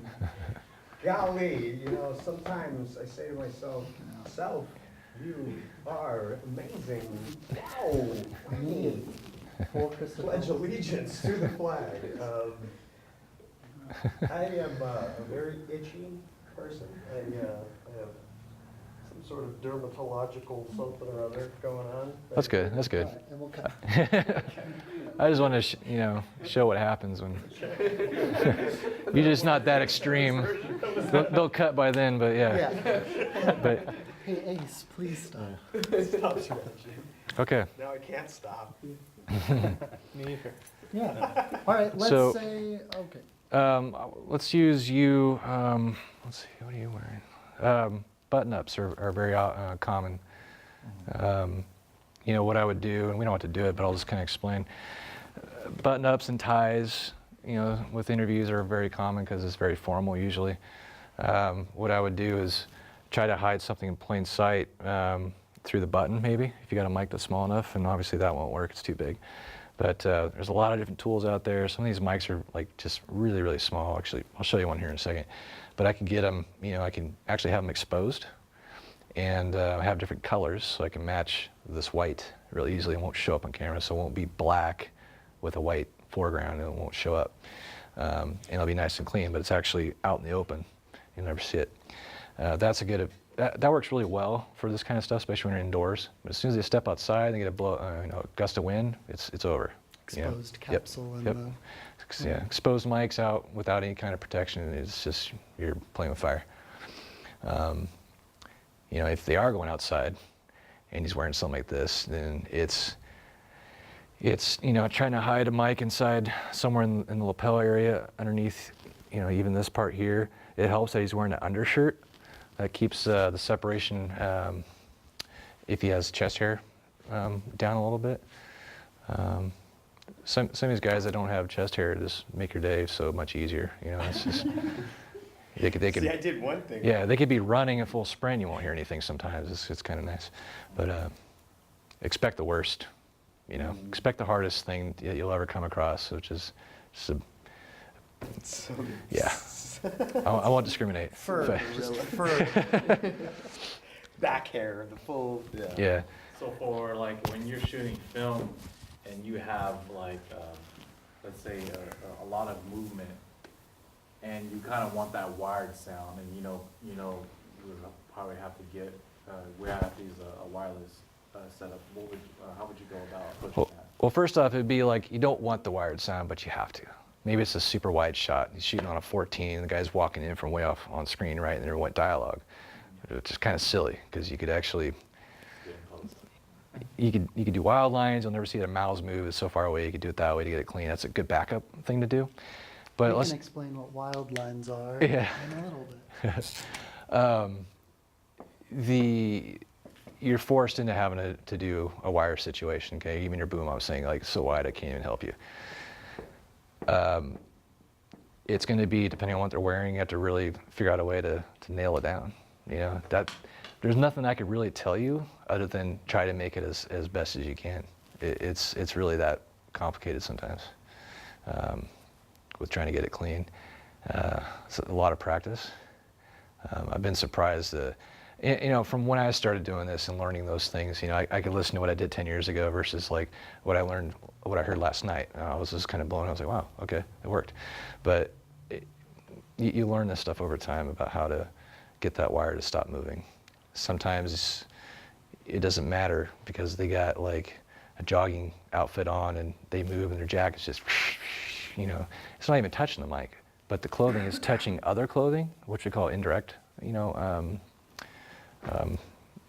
hitting the mic indirectly. It's not even touching, it's just other clothing rubbing on other clothing, and that causes noise too. Basically, that's a wardrobe problem. It's not a sound problem. I like this. Yeah, I hear a lot of this. It's not my fault. Yeah, I did So my job. expect to be miking up a Zack Galifianakis style hairy person and almost everything being an uphill battle. Yeah, I mean, there's some techniques you could do. If you have your mic small enough, you could put it into the hair if they're not bald. You could put the mic in. That's what they do on theater stages a lot. They actually, if you look close enough, you'll see a wire coming up the back of their neck, and the women will have their mics and sticking out like this a little bit, or they'll have the headsets, but usually you'll see a little thing sticking out the top of their head, and it's their mic. And it'll sound clean because it's an easy place to keep it clean. But obviously, however close they get to the camera, you'll start seeing it. But people use it often. I guess just kind of going down the list here. So we did wired versus wireless, and we can listen to that at the end. Walk us through, let's say we wrapped our interview and you needed to capture some room tone. Yes, thank you. Go ahead and give us your So, what you would do. yeah, so when you're doing room, let's just say he's finishing up his last question. It was the last thing, and he's gonna wrap it up after that. And as soon as he said, "Yep, that's good, thank you," and they start getting up, you're like, "Oh, hold on, you need to get room tone." You got to be that guy that reminds everybody, because even sometimes I'll forget, and you actually need it, depending upon the noise that's going around. So, you want everybody to stay seated, because you're going to use the microphone that he's wearing as well in that position at the same gain levels and everything for the room tone as well. You want it to match exactly. So you leave the boom the way it is, you leave the mic the way it is, you leave the lights on the way they are too, because the lights will make noise. And you keep your gain stage and everything the way it was when you finished on your mixer or your camera settings, and you just let it go. Complete silence for like 30 seconds, okay? So, yeah, and we'll do 5, yeah. So basically, you know, what I do is I go, okay, 30 seconds room tone, mark.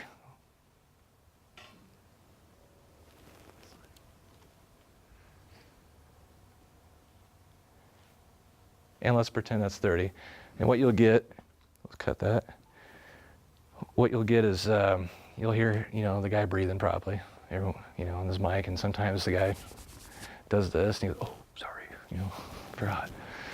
Or someone down the hall, you know, is coming back from lunch, boom, and you're like, oh, oops. You know, that always happens, but just make sure you roll long enough to make sure you get a good, solid chunk that the editor can use to make a loop and help cutting smoothly. Okay? Cool. You mentioned wild lines or wild audio. Yeah. Mostly scripted narrative stuff does that. Right. Can you explain what that is? So wild lines basically is having the actor just do the dialogue as if they're doing it again off camera. That allows you to get the mic in close. We're not worried about what picture looks like, and get the dialogue you need. Now it's kind of like ADR. I don't know if you guys ever heard what ADR is. It's automated dialogue recording. People go into a studio and they look at themselves on the TV and they just do a perfect lip sync of themselves with the script, and they try to recreate something that got really messed up. It's kind of like that, but without the complication of it. What you want to do is try to get them to do the wild lines as soon as they're done with that scene in particular, because it's still fresh in their mind. They know what they did, and they know their spacing and their candor, their inflections that they use and all that stuff. The further you get away from that moment, the harder it's going to be to replicate it. Okay.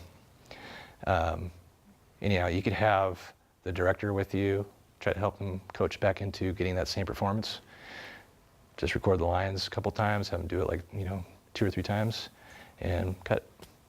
And just label it as, a lot of these recorders, you could take notes inside there to help the editor see what it is, and you can order in the file naming process, wildline WL or something like that into the file so they know which one to look for.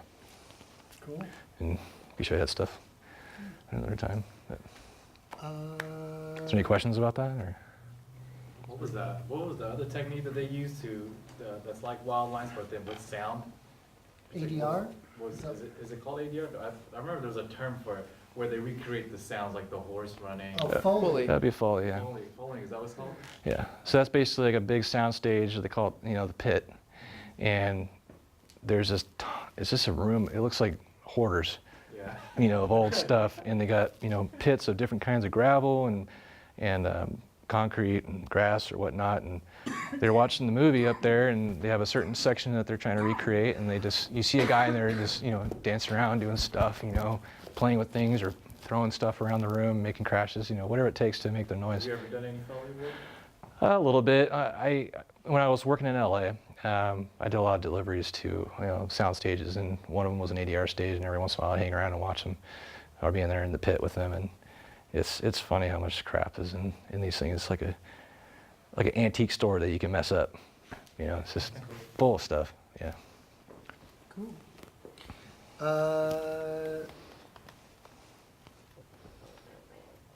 I guess we could switch gears because Instruments. Yeah. yeah. I know. We didn't bring an instrument. Yeah, I wish. Actually, Mike, but I really wish we could have. Where's your keyboard, man? I'll bring some stuff later. We can chat later. After hours. Well, One of the things we have down there is event audio, and that's probably the area that my son and I do the most. Interested in. So tell us about some of the events that you've recorded. Well, one thing that we did recently, about 2 months ago, actually in November, we did a event that was sponsored by the chaplaincy at the VA, and it was about, I think it's actually been posted, but it turned out to be really long. But one of the things that we learned in it, first of all, we were in a room that really was not set up, it just had a small stage for the speakers.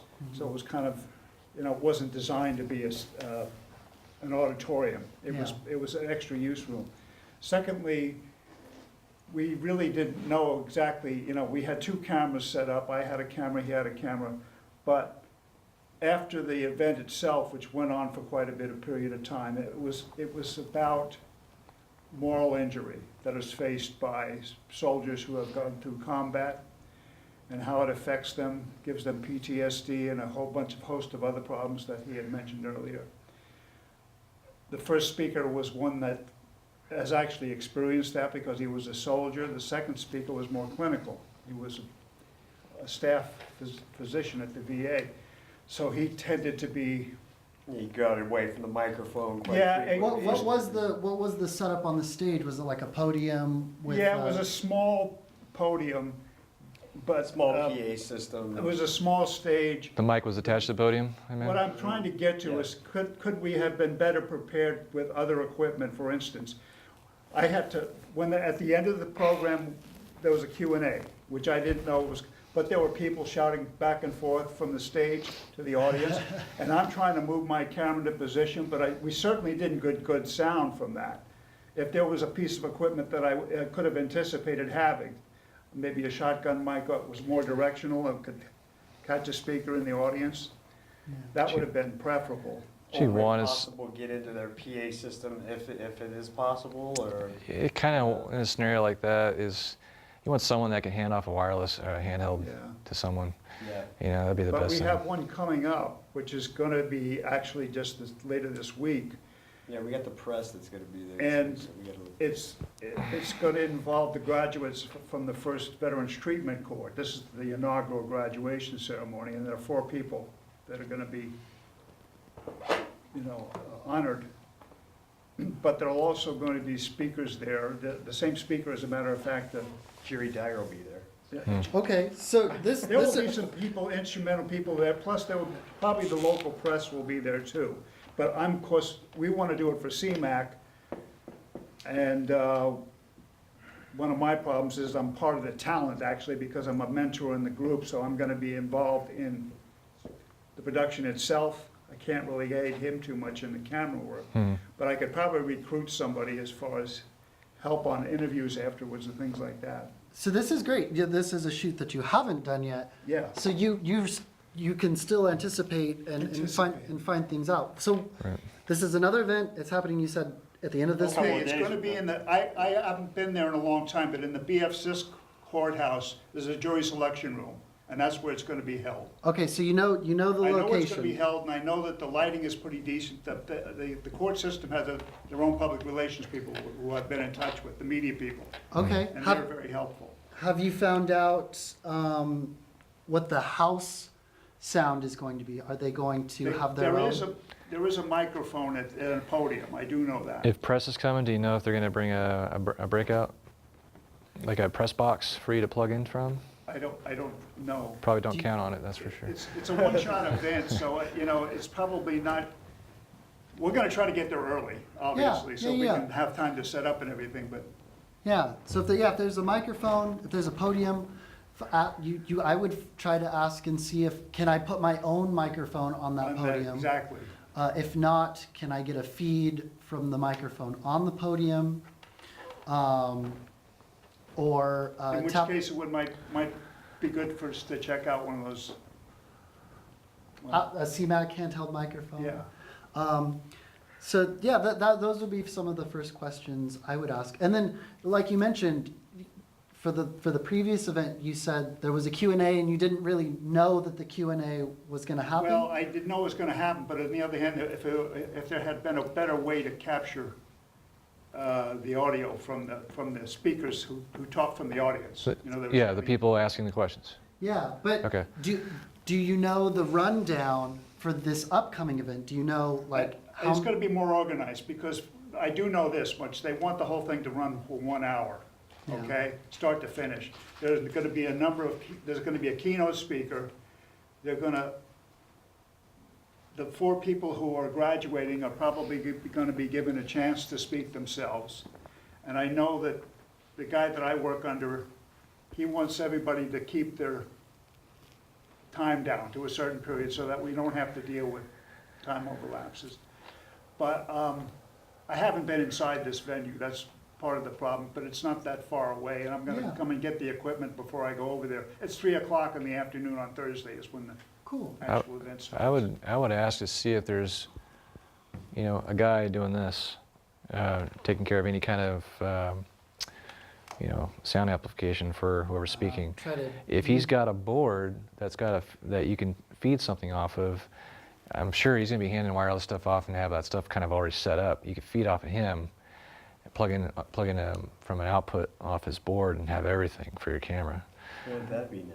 Yeah, that would be an avenue to ask about ahead of time. If it's there, you know, make sure you talk to that guy and say, hey, this is, you know, so-and-so, I need to know if I can get a feed from your board, and what do I need? You know, so it's easy, if you could do that, it's better to show up and before you show up to do that. A lot of times, you know, I've done these things where you show up and you're like, hey, you know, I'm Zach, what's your name? You know, and you're meeting this guy, and he's like, oh, yeah, we could make something work, and he's got a board about a size like this, you know, and you're like, you know, figure something out and get it to work. But, you know, it's less a surprise for both of you if you could set that up ahead of time. Yeah, if there's someone Sure. you can email, you said you know the person who's kind Well, yeah, of the media, running the show. the court's media person is, Yeah. I've been in touch with, but for instance, I assume the acoustics are pretty decent in here. It's a jury selection room, so people have to assemble in there Listen to people and listen talk. to somebody talking or call them out, et cetera, so I'm assuming it's. It's going to be the least decent of your, enough yeah, From it's- that standpoint. Yeah. My concern is if they don't have a house board in there that I can depend on, maybe we just take out one of these and just take more time to get over there and set it up, you know? Yeah. Yep. And that brings me to my next point, you know, for your production, you know, who's your crew? How many people are you bringing? Are they strictly camera operators? You said you wanted to have 2 camera ops for this? Well, I have one, You have 1. and I probably should try to recruit another one, but it's kind of short notice, but nevertheless, I can put a. You put a blast on the I can put a CMAC blast on. member Facebook There's other page. veterans who we've worked with before that would probably be interested in coming to this thing too, because it's a Yeah. veteran-related deal. But, you know, if you do put a shout out to other CMAC members to try to build a crew, see if someone is interested in simply being there as a sound specialist, Yeah. good who idea. can kind of help That would be you a good idea, yeah, for sure. troubleshoot these things and prepare for Okay. these things. what day is this happening? Thursday. All right. Thursday, right? Pardon? Thursday? It's Yeah. Thursday, yeah. I'm not hearing a shot, by the way. I have bad tinnitus. That's why I kept on leaving you. Listen to No you worries. because you talk pretty slowly, No worries. not because I'm not attracted to you. Anyway, Well- no, I'm serious though. I have to pay attention. Yeah, no The worries. VA gave me hearing aids, but I can't wear them because when you wear headphones, which I wear often, they turn on, they were weird. They turn on, each one turns the other one off, they go back and forth. Huh. I tried to use them here right after I joined CMAC. I said, the hell with it, it's not worth it. Wow. The problem with tinnitus actually is it amplifies everything. So if you're in a crowded room and more than one person is talking, it's hell. He's stoned. I get that problem when I'm, I yeah. appreciate your input on this. Yeah, because yeah. it's- I think we also made a very important point that we should, you know, always be nice to the sound guy. Always be nice to the sound guy. Yeah, Sound guy he can is make or your break you, that's for sure. So, I mean, everything that we've done Disgruntled sound guy. so far is applicable to event audio, but the big thing is having your game plan ahead of time. Yeah. Having the knowledge of what's going to be happening is really what's going to set you apart. Because the ideas laid out in this that we've done so far applies to music, applies to events, applies to narrative, applies to nonfiction. It's the pre-pro that's really going to set these, make or break these different kinds of And we've learned productions. that the hard way on many, when we first started doing volunteering for other people's stuff too. Gotta have a plan. And finding out that we had gotten ourselves into a pile of crap that we really didn't want Well, to get involved in. Sounds like it's Well- always kind of a minor cluster, right? To a, certain degree. there's some controlled chaos for sure, yeah. It's you know, Control the chaos, I like that. the more prepared you are, and the more familiar you are with your tools, the faster and easier you are to able to, make the adjustment to solve the issue. Because a lot of this stuff, even with all the different aspects of any side of audio production or video or lighting or anything, it's learning how to roll with the punches and make solutions out of the problems. Because it's always going to be a new problem. Oh, shoot, we forgot this lens. What do we do? Well, it's camera department, but oh, I don't have this mic. Why did I leave that mic at home? What can I do to, what can also work in the same way but close? Learn what your tools do. Yeah.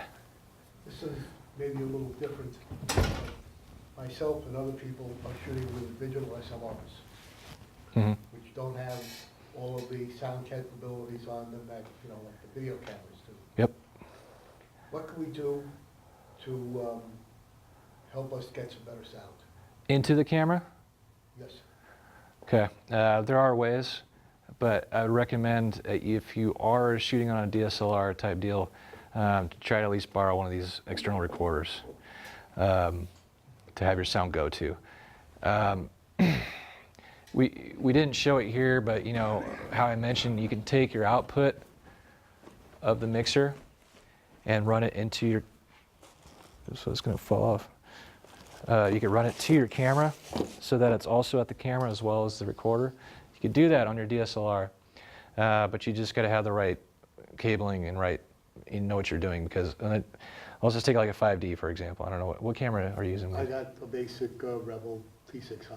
Okay, and it's got the little 1/8 inch jack for mic input. Okay, so right away, mic input is what it is, and it's at a lower attenuation level than like a line level / mic level. What this guy can do. No, I Your know I DS have to use another microphone. I'm just starting out, so. You don't even have to use a microphone, is what I'm saying. You can use this guy and feed it really good audio, 2 channels, into that mic jack input, but you have to set your gain stage correctly. You want to borrow this? So what I mean by gain stage is, this is, let's see, can I erase that? Yeah. Okay, I just don't want to. It's also mentioned a lot in that Yamaha book that I talked about. It's pretty rudimentary thing to know about when it deals with audio. Let's just say, let's just give this line. This is like your decibels, oops, in whatever units you're using. dBu, dBFS, or full scale digital is what usually that is. What you have here, let's just say line level is 0. Okay. You have a prosumer level, which is at -10. Your headphone level is somewhere out here, kind of around +10-ish, somewhere around there, because it's amplified to power your headphones. And then you have, let's see, this is a line. Okay. And then you have your mic level. Okay, and this is usually somewhere around -50, okay? So when you're taking a source from a line level source and you're plugging it into a mic level source, without any kind of attenuation changes, you're going to be blowing this signal out. It's going to be just super hot, right? And if you go the other way, from here to here, it's going to be super low. You'll never hit it. You'll never hear it. You won't have enough gain to pump it up to get there, right? So what you want to do, in your case, for the DSLR, is it's fixed at mic level, okay? You need to get your signal to match this. So in that mixer, you'll have settings in there that has the output selectable between line and mic, and you want to set it to mic, and we could show you that when we figure that out. Yeah, if you do check out this unit for a shoot with your own camera, we could let us know that you're using your camera instead of our camera, and we can help set this up for your camera instead. Could you do the same thing with a Tascam? far as- That smaller audio recorder doesn't have as many options as this one does. I would have to double check that it I could. mean, as but- far as pairing it up with this DSLR, I think as a simpler solution to getting that. Again, I would have to look at its menu. I Yeah. can't guarantee that the smaller audio recorder would do this. But I know this one will. Okay. So once you have those set correctly, basically at that point you're just having to match a cable that goes, you're going to take two XLRs out to some kind of splitter that gets you down to a 3.5 mil. That's a two-channel, yeah, like a stereo jack, pretty much, and put that in there. And your gain stage should be right on, where you're able to adjust it to get it right where you want it to be. Good levels, like how you did here, and start recording. And you should have, when you record into the DSLR, there's a little bleed between the channels. You might hear channel 1 into channel 2 a little bit, vice versa, way down the lower levels. That's why we kind of recommend not recording straight into them if you can. Always use the recorders. It's going to be far superior. But you'll have two channels. You'll have your left and right that you'll be able to do. So you can have your boom and your wire. You're talking about somebody who's just kind of like figuring out what all this stuff is about, so, but basically what I'm getting is that a good mic is better than what you have in the camera. Any mic would be better. I've heard some different, sound comparisons on that before, and I was always confused as to how things were done, and now I'm looking at all these boom poles and everything, and I'm like, Kyle said, hey, holding up the boom pole like 20 or 30 minutes is like, good luck. Well, let me show you. It's close, yes, but not always. This I would think is a better mic than that boom. But if it's on the camera, does that make it a better mic? I would say probably not. Right, because it's also how you use it. Yeah. Well, it's matching up the right equipment with the right equipment. Yeah. Not every lens in a camera works equally well, even though it might be a similar focal length. Mm-hmm. Just say proximity to source is extremely important. Oh yeah, yeah. And also how you use it. Sometimes, when it comes to doing episodic stuff, or film and TV things, sometimes you want it to sound wide. If the shot's wide, why should it sound like he's right in front of you? I have a big thing about that. I always get after directors and say, why isn't the boom in the shot? I was like, you're shooting on a 12 millimeter. It's like you could see the stars and him at the same time. I can't get the boom in there anyways. So I'll be standing out here. It sounds wide. It looks wide. It matches, right? That's the thing. I don't like hearing wires when you're, from here to you. I see you and you sound like you're right here. It doesn't make sense to me. Well, that's just me. That's going to be a subjective thing. And it is kind of instantly obvious. Sometimes, not everybody though. Some people just don't even pick up on things like that. Well, yeah. In reality world, different story. They want everything to sound like it's right in front of your face, no matter what. It's different worlds. And plus, I think part of the problem is that they're paying for all this stuff. They just want to have it anyways because they're paying for it. They don't care, what it actually. They don't care about artistic style or anything like that. But. Yeah. There's cheaper options too. Like, I'm very mobile. I'm very lean too. So, I've watched this YouTube video. This guy, there's like this Amazon lavalier mic that's like $25, Yeah. and it sounds amazing. Like it's rich too. The I've only problem is like we can't control the sound levels, right? So you have to adjust with it. I always put it a little bit lower because it picks up so well, and then sometimes it works out because it's out of the shot. You get a nice close-up shot or a medium shot. So it is like there's just the creativity behind it. Yeah, it's about experimenting and knowing the tools, how they work. They're all different. They're all made for different purposes. Even though a mic, it's still called a mic, But like how I was explaining with the booms, this is a shotgun meant for really isolating your sound source versus that guy, which is a little wider and allows you more flexibility with multiple sound sources if you need that. Plus, I always use that one for indoors. It just works really well on reflections and things, and it sounds good, which we'll find out here soon. Yeah.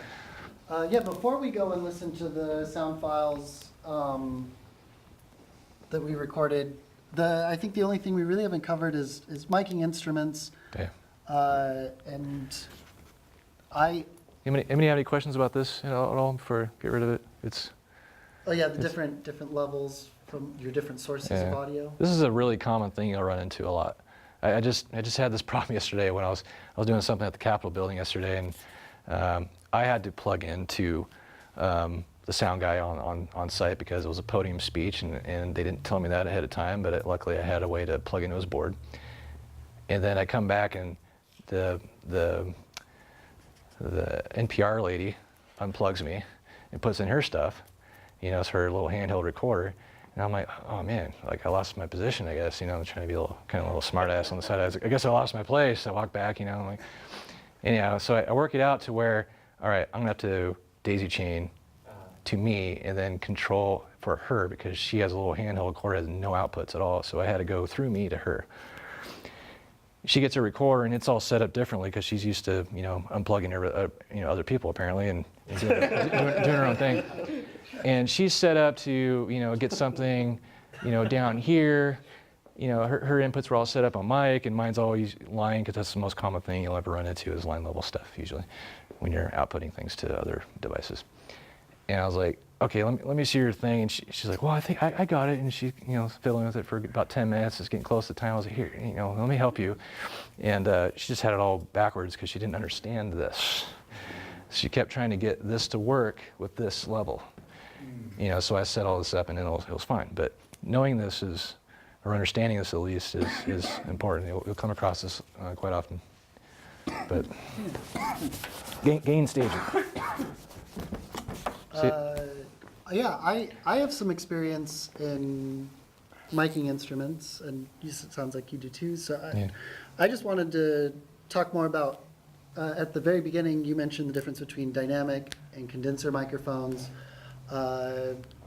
Maybe would you share let's say what instruments are you guys? Acoustic guitar was one of them. What other instruments are you guys wanting to record? I mean, I just have like an electric acoustic, and then I'll do vocals. Vocals too, right? Vocals, Gotta have pianos. pianos. Oh, yeah, drums too. Yeah, you can do a lot of cool stuff. So that's complicated. It requires a bunch of. Okay. And then drums. Yeah, the drums. Yeah, we got drums. Bass guitar. Okay. All right. All right. This is kind of interesting. Electric?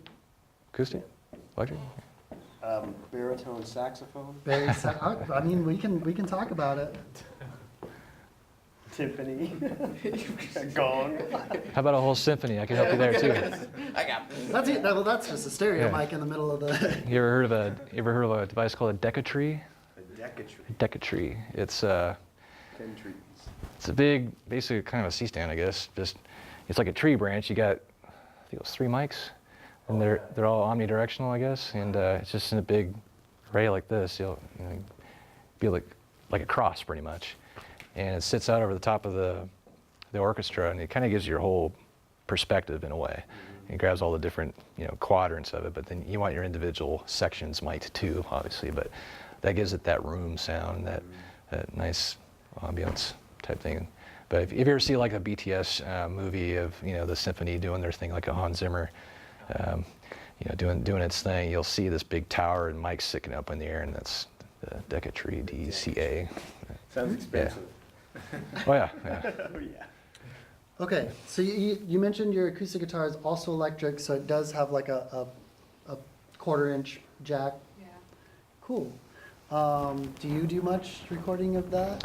With An acoustic guitar? yeah. Well, I mean, I used to. Yeah. Every once in a while, like I had a movie once when they they had this scene where this girl decides to play guitar and the thing, and I really didn't have any plan for it, but she was wearing a wire at the time, and she was playing it, and it was just perfectly clean.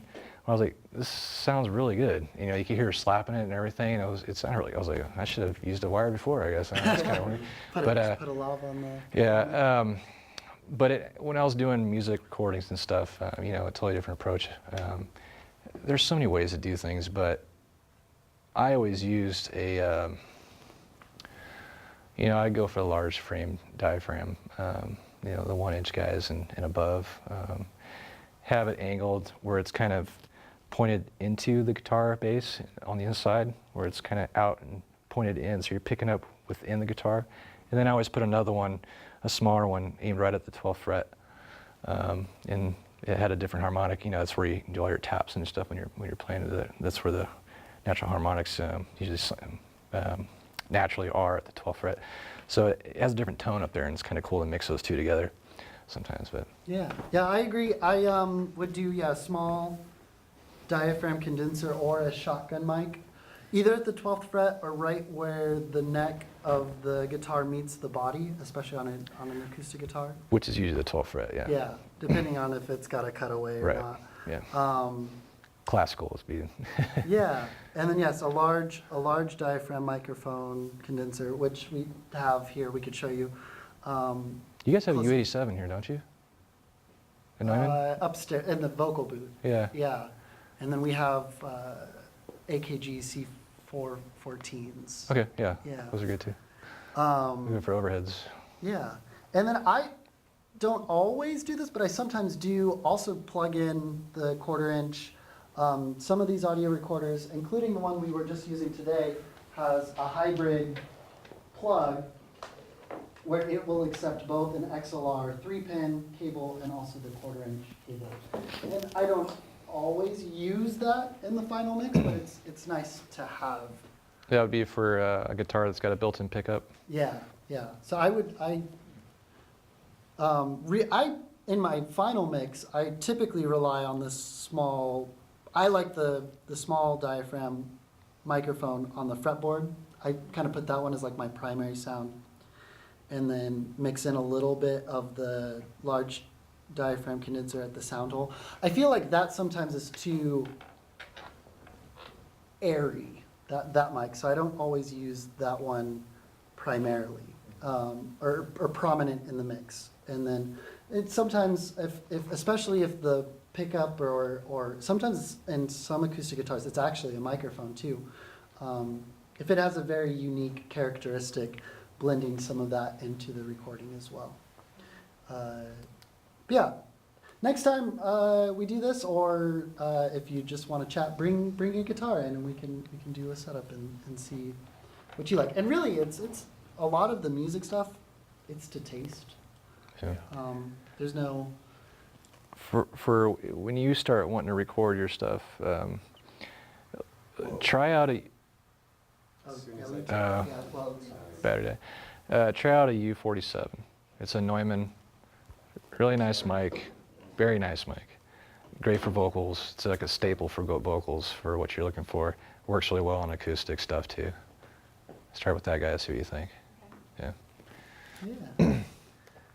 Okay. Since you have one here, I mean, you might as well. You got. Yeah. They have a decent selection of microphones that I've noticed here so far with things like that. Yeah. Yeah. So speaking of, let's Get move some on. smaller ones though, that'd be cool. Those are expensive. we needed to buy a lot of them, Yes. not just one.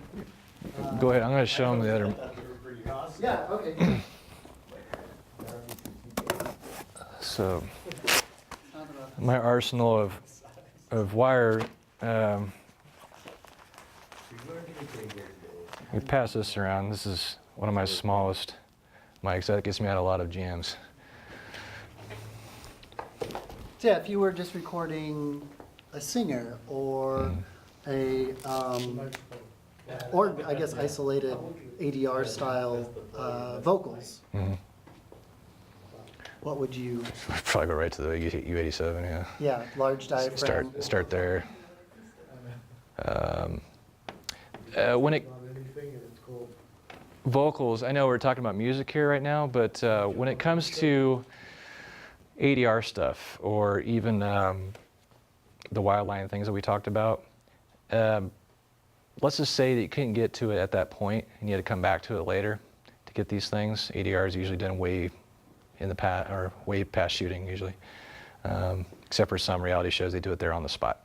But you want to know what mic they used and try to replicate that using the same mic. You don't want, and this was the case last night. I was at a premiere for a movie I worked on, and fortunately for me, we did such a good job that almost the whole thing was actual production sound that was used in the final cut. They did very little ADR, which is our job. That's what we try to strive for, is be, have everything that we give them used. That's when you know you're doing things right. And they did have to add in a few lines here and there, dialogue that they missed out of the script that they needed to help tell a story, or things that just either just didn't happen. They needed to put it in there. I could actually tell all 3 instances when that happened, because they used a different mic.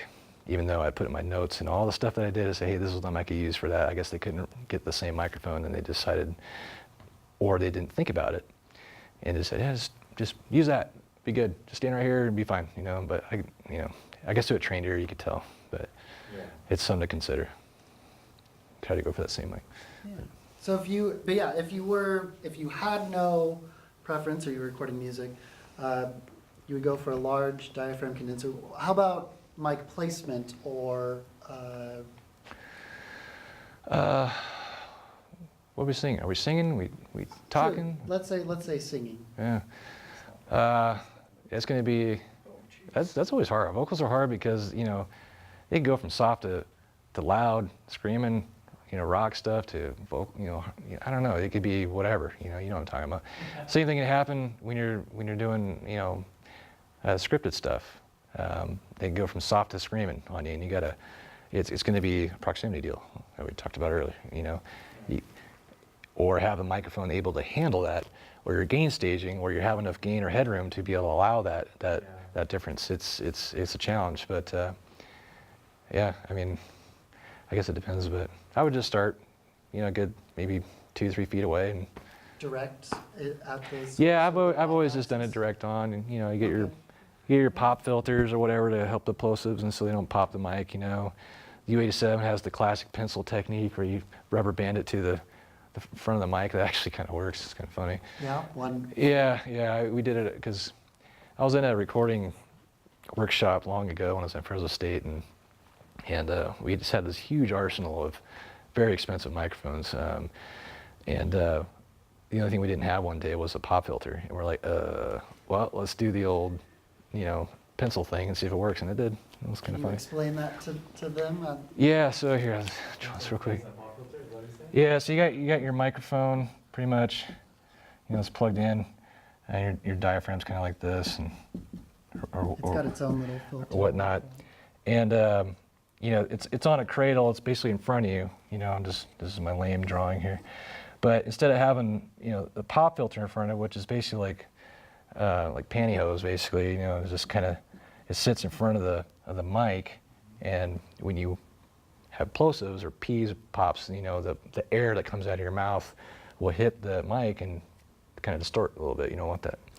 So that's what that blocks. So we didn't have anything like that. So all we did, it's like a old school technique. You just take a rubber band, wrap it around here, and you put a pencil on it, and it kind of blocks the center part of the diaphragm to where the air somehow goes around it, I guess. Like an airplane wing. Yeah. Cool. And helps. Doesn't solve it completely, but it helps. And, yeah. It's an old technique. It's kind of funny. Yeah. So yeah, when direct air hits the diaphragm of the microphone, it's not a sound that you want, and that's one easy way to kind of misdirect it. Yeah. All right.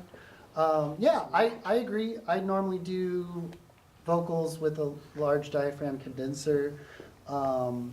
I have started, though, even for music, I have started to bring a shotgun mic into the recording booth, the whisper room upstairs, and setting it right next to the large diaphragm condenser, just to get a more direct sound. It's just something I've been experimenting with. That's actually one of the suggestions that the voiceover recording guy had Yeah, made. we He brought said Vince Warner from Mhm. JSA over. I just he said I that just there talked to should be Vince a last night. shotgun mic in here. That's what he Yeah. suggested. It's a huge proximity effect too. What it does, and you get those things close enough, they really punch. Yeah. They punch quite a bit. I've been using in my own personal collection, I have a Shure Performance, the 87 beta. Hmm? It's a condenser, but it's handheld. It's meant for live performance. I got the same one. Yeah. It's very clean Mhm. and has a nice roll off. So when I can't record in the whisper room here at CMAC, and I can't record in a room that's treated as well. I like to use that mic because it has the clarity of a condenser mic, but the fall off, which is how quickly the mic does not pick up sound,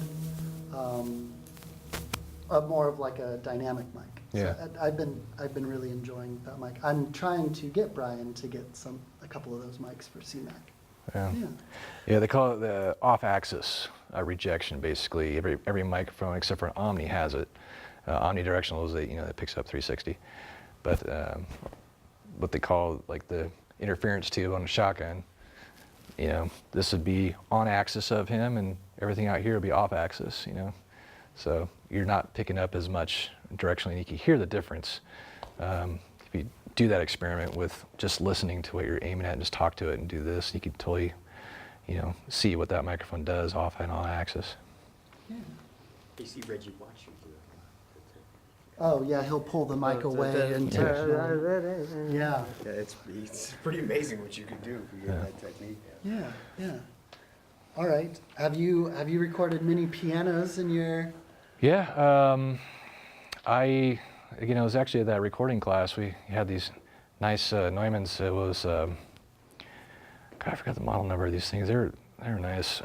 There's figure eights. We had them in an XY, and so we get a stereo signal basically, and kind of had them up towards the higher end of the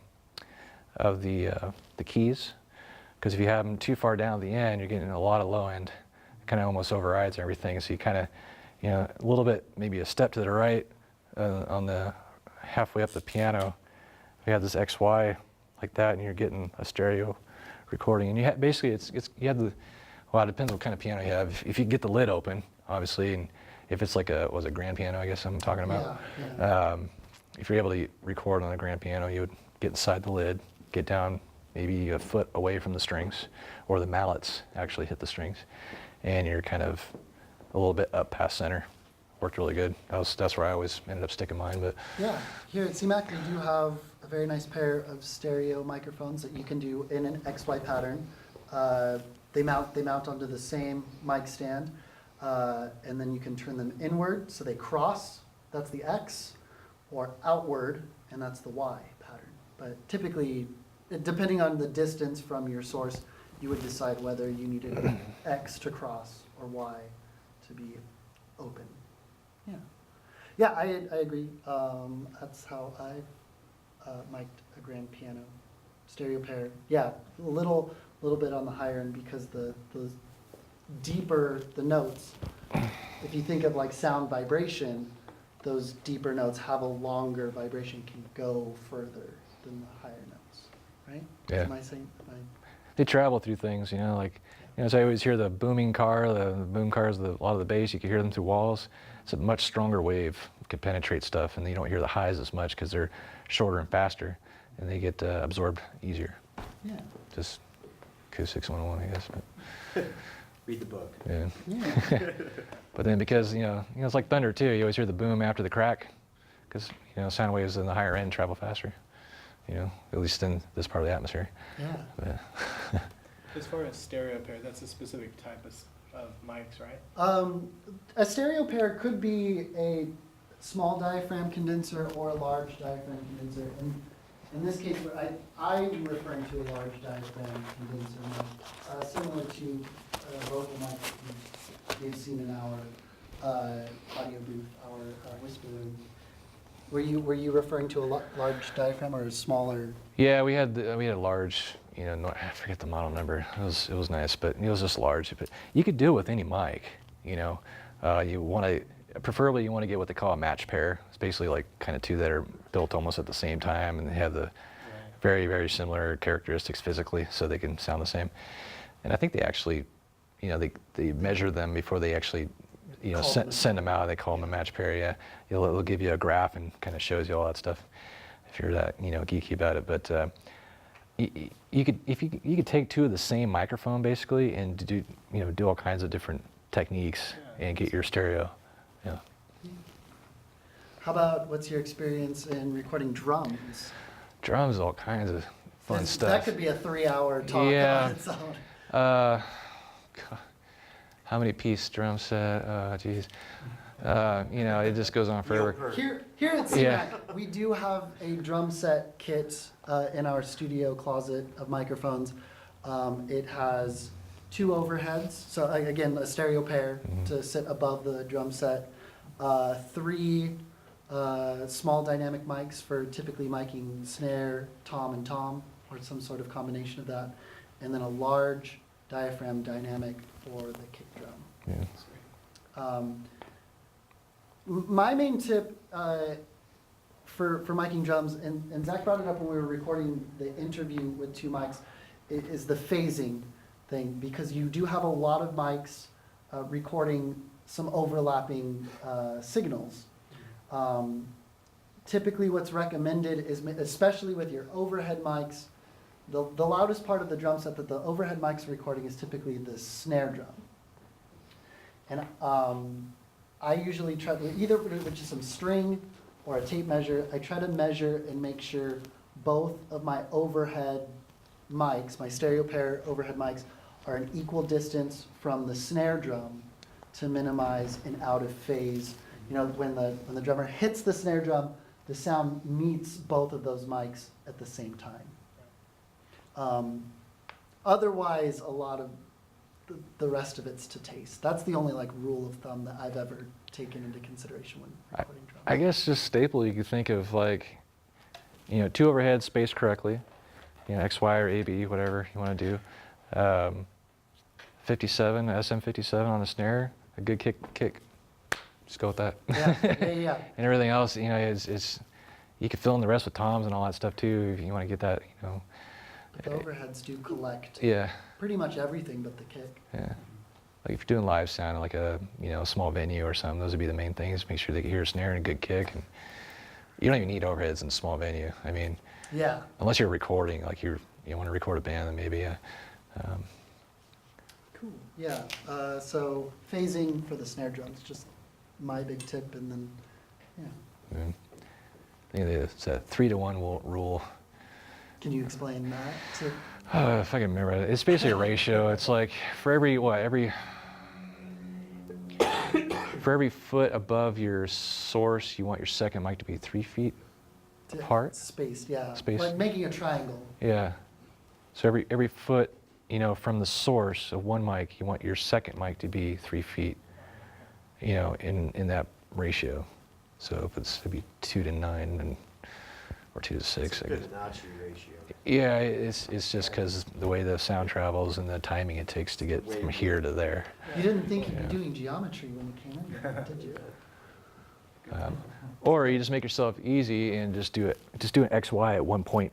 You don't have to worry about it. Yeah. It's when you move your mics apart is when that 3-to-1 rule has to come in consideration, because there's a technique called AB stereo. You got a mic over here, A, mic over here, B.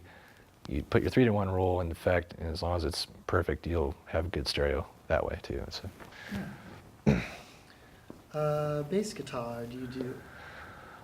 Mic? Bass guitar is more typically electric. Right. I haven't recorded much like upright acoustic bass. I think I did once. If you got a guy that likes to slap bass, just put a mic there so you can get that strings and stuff. You know, that stuff's cool. Yeah. And then Mike is Bass amp.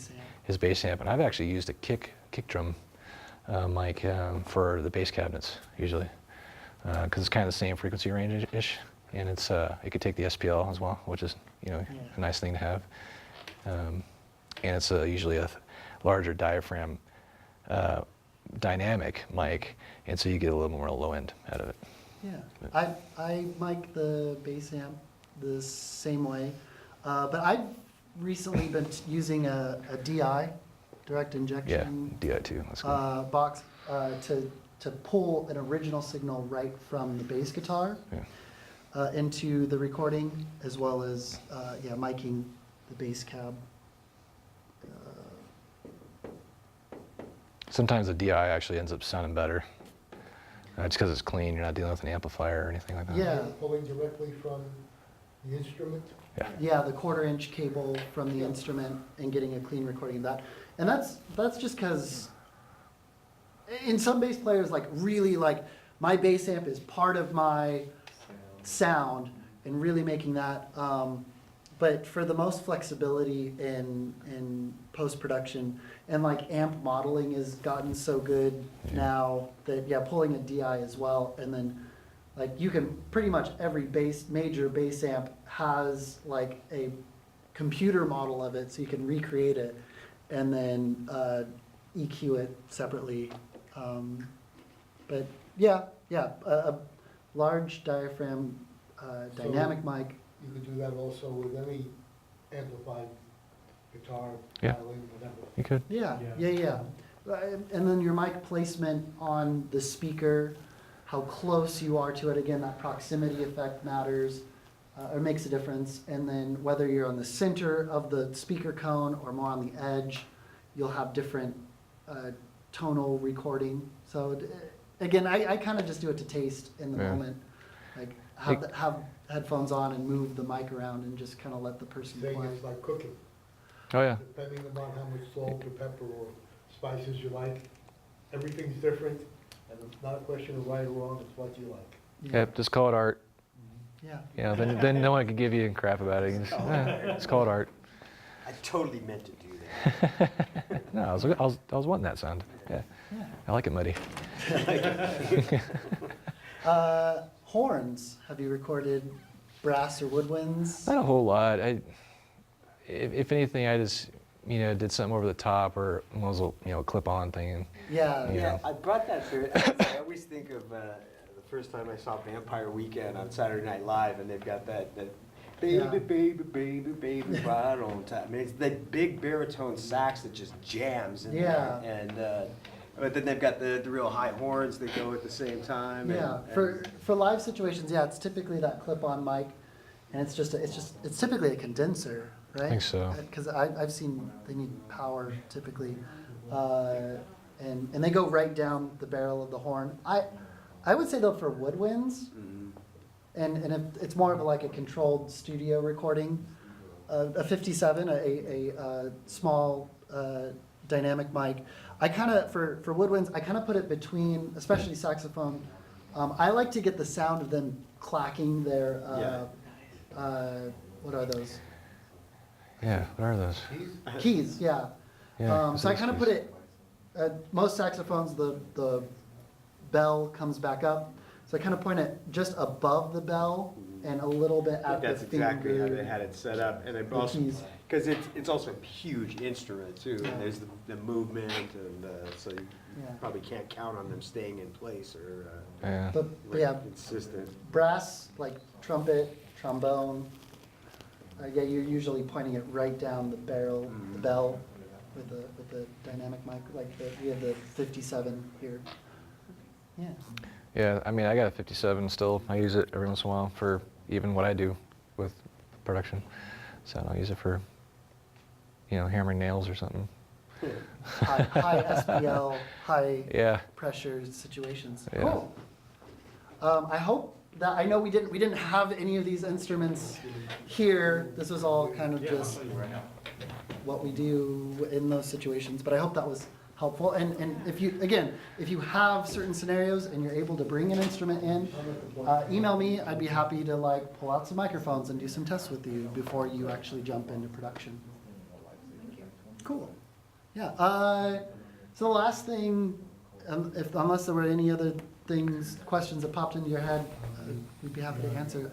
What I think would be cool is we can take our SD card. Yeah, or take a listen to what we recorded earlier. And listen through those monitors. Yeah. Cool. All right, let's feel free to leave your chairs. We'll clean this up.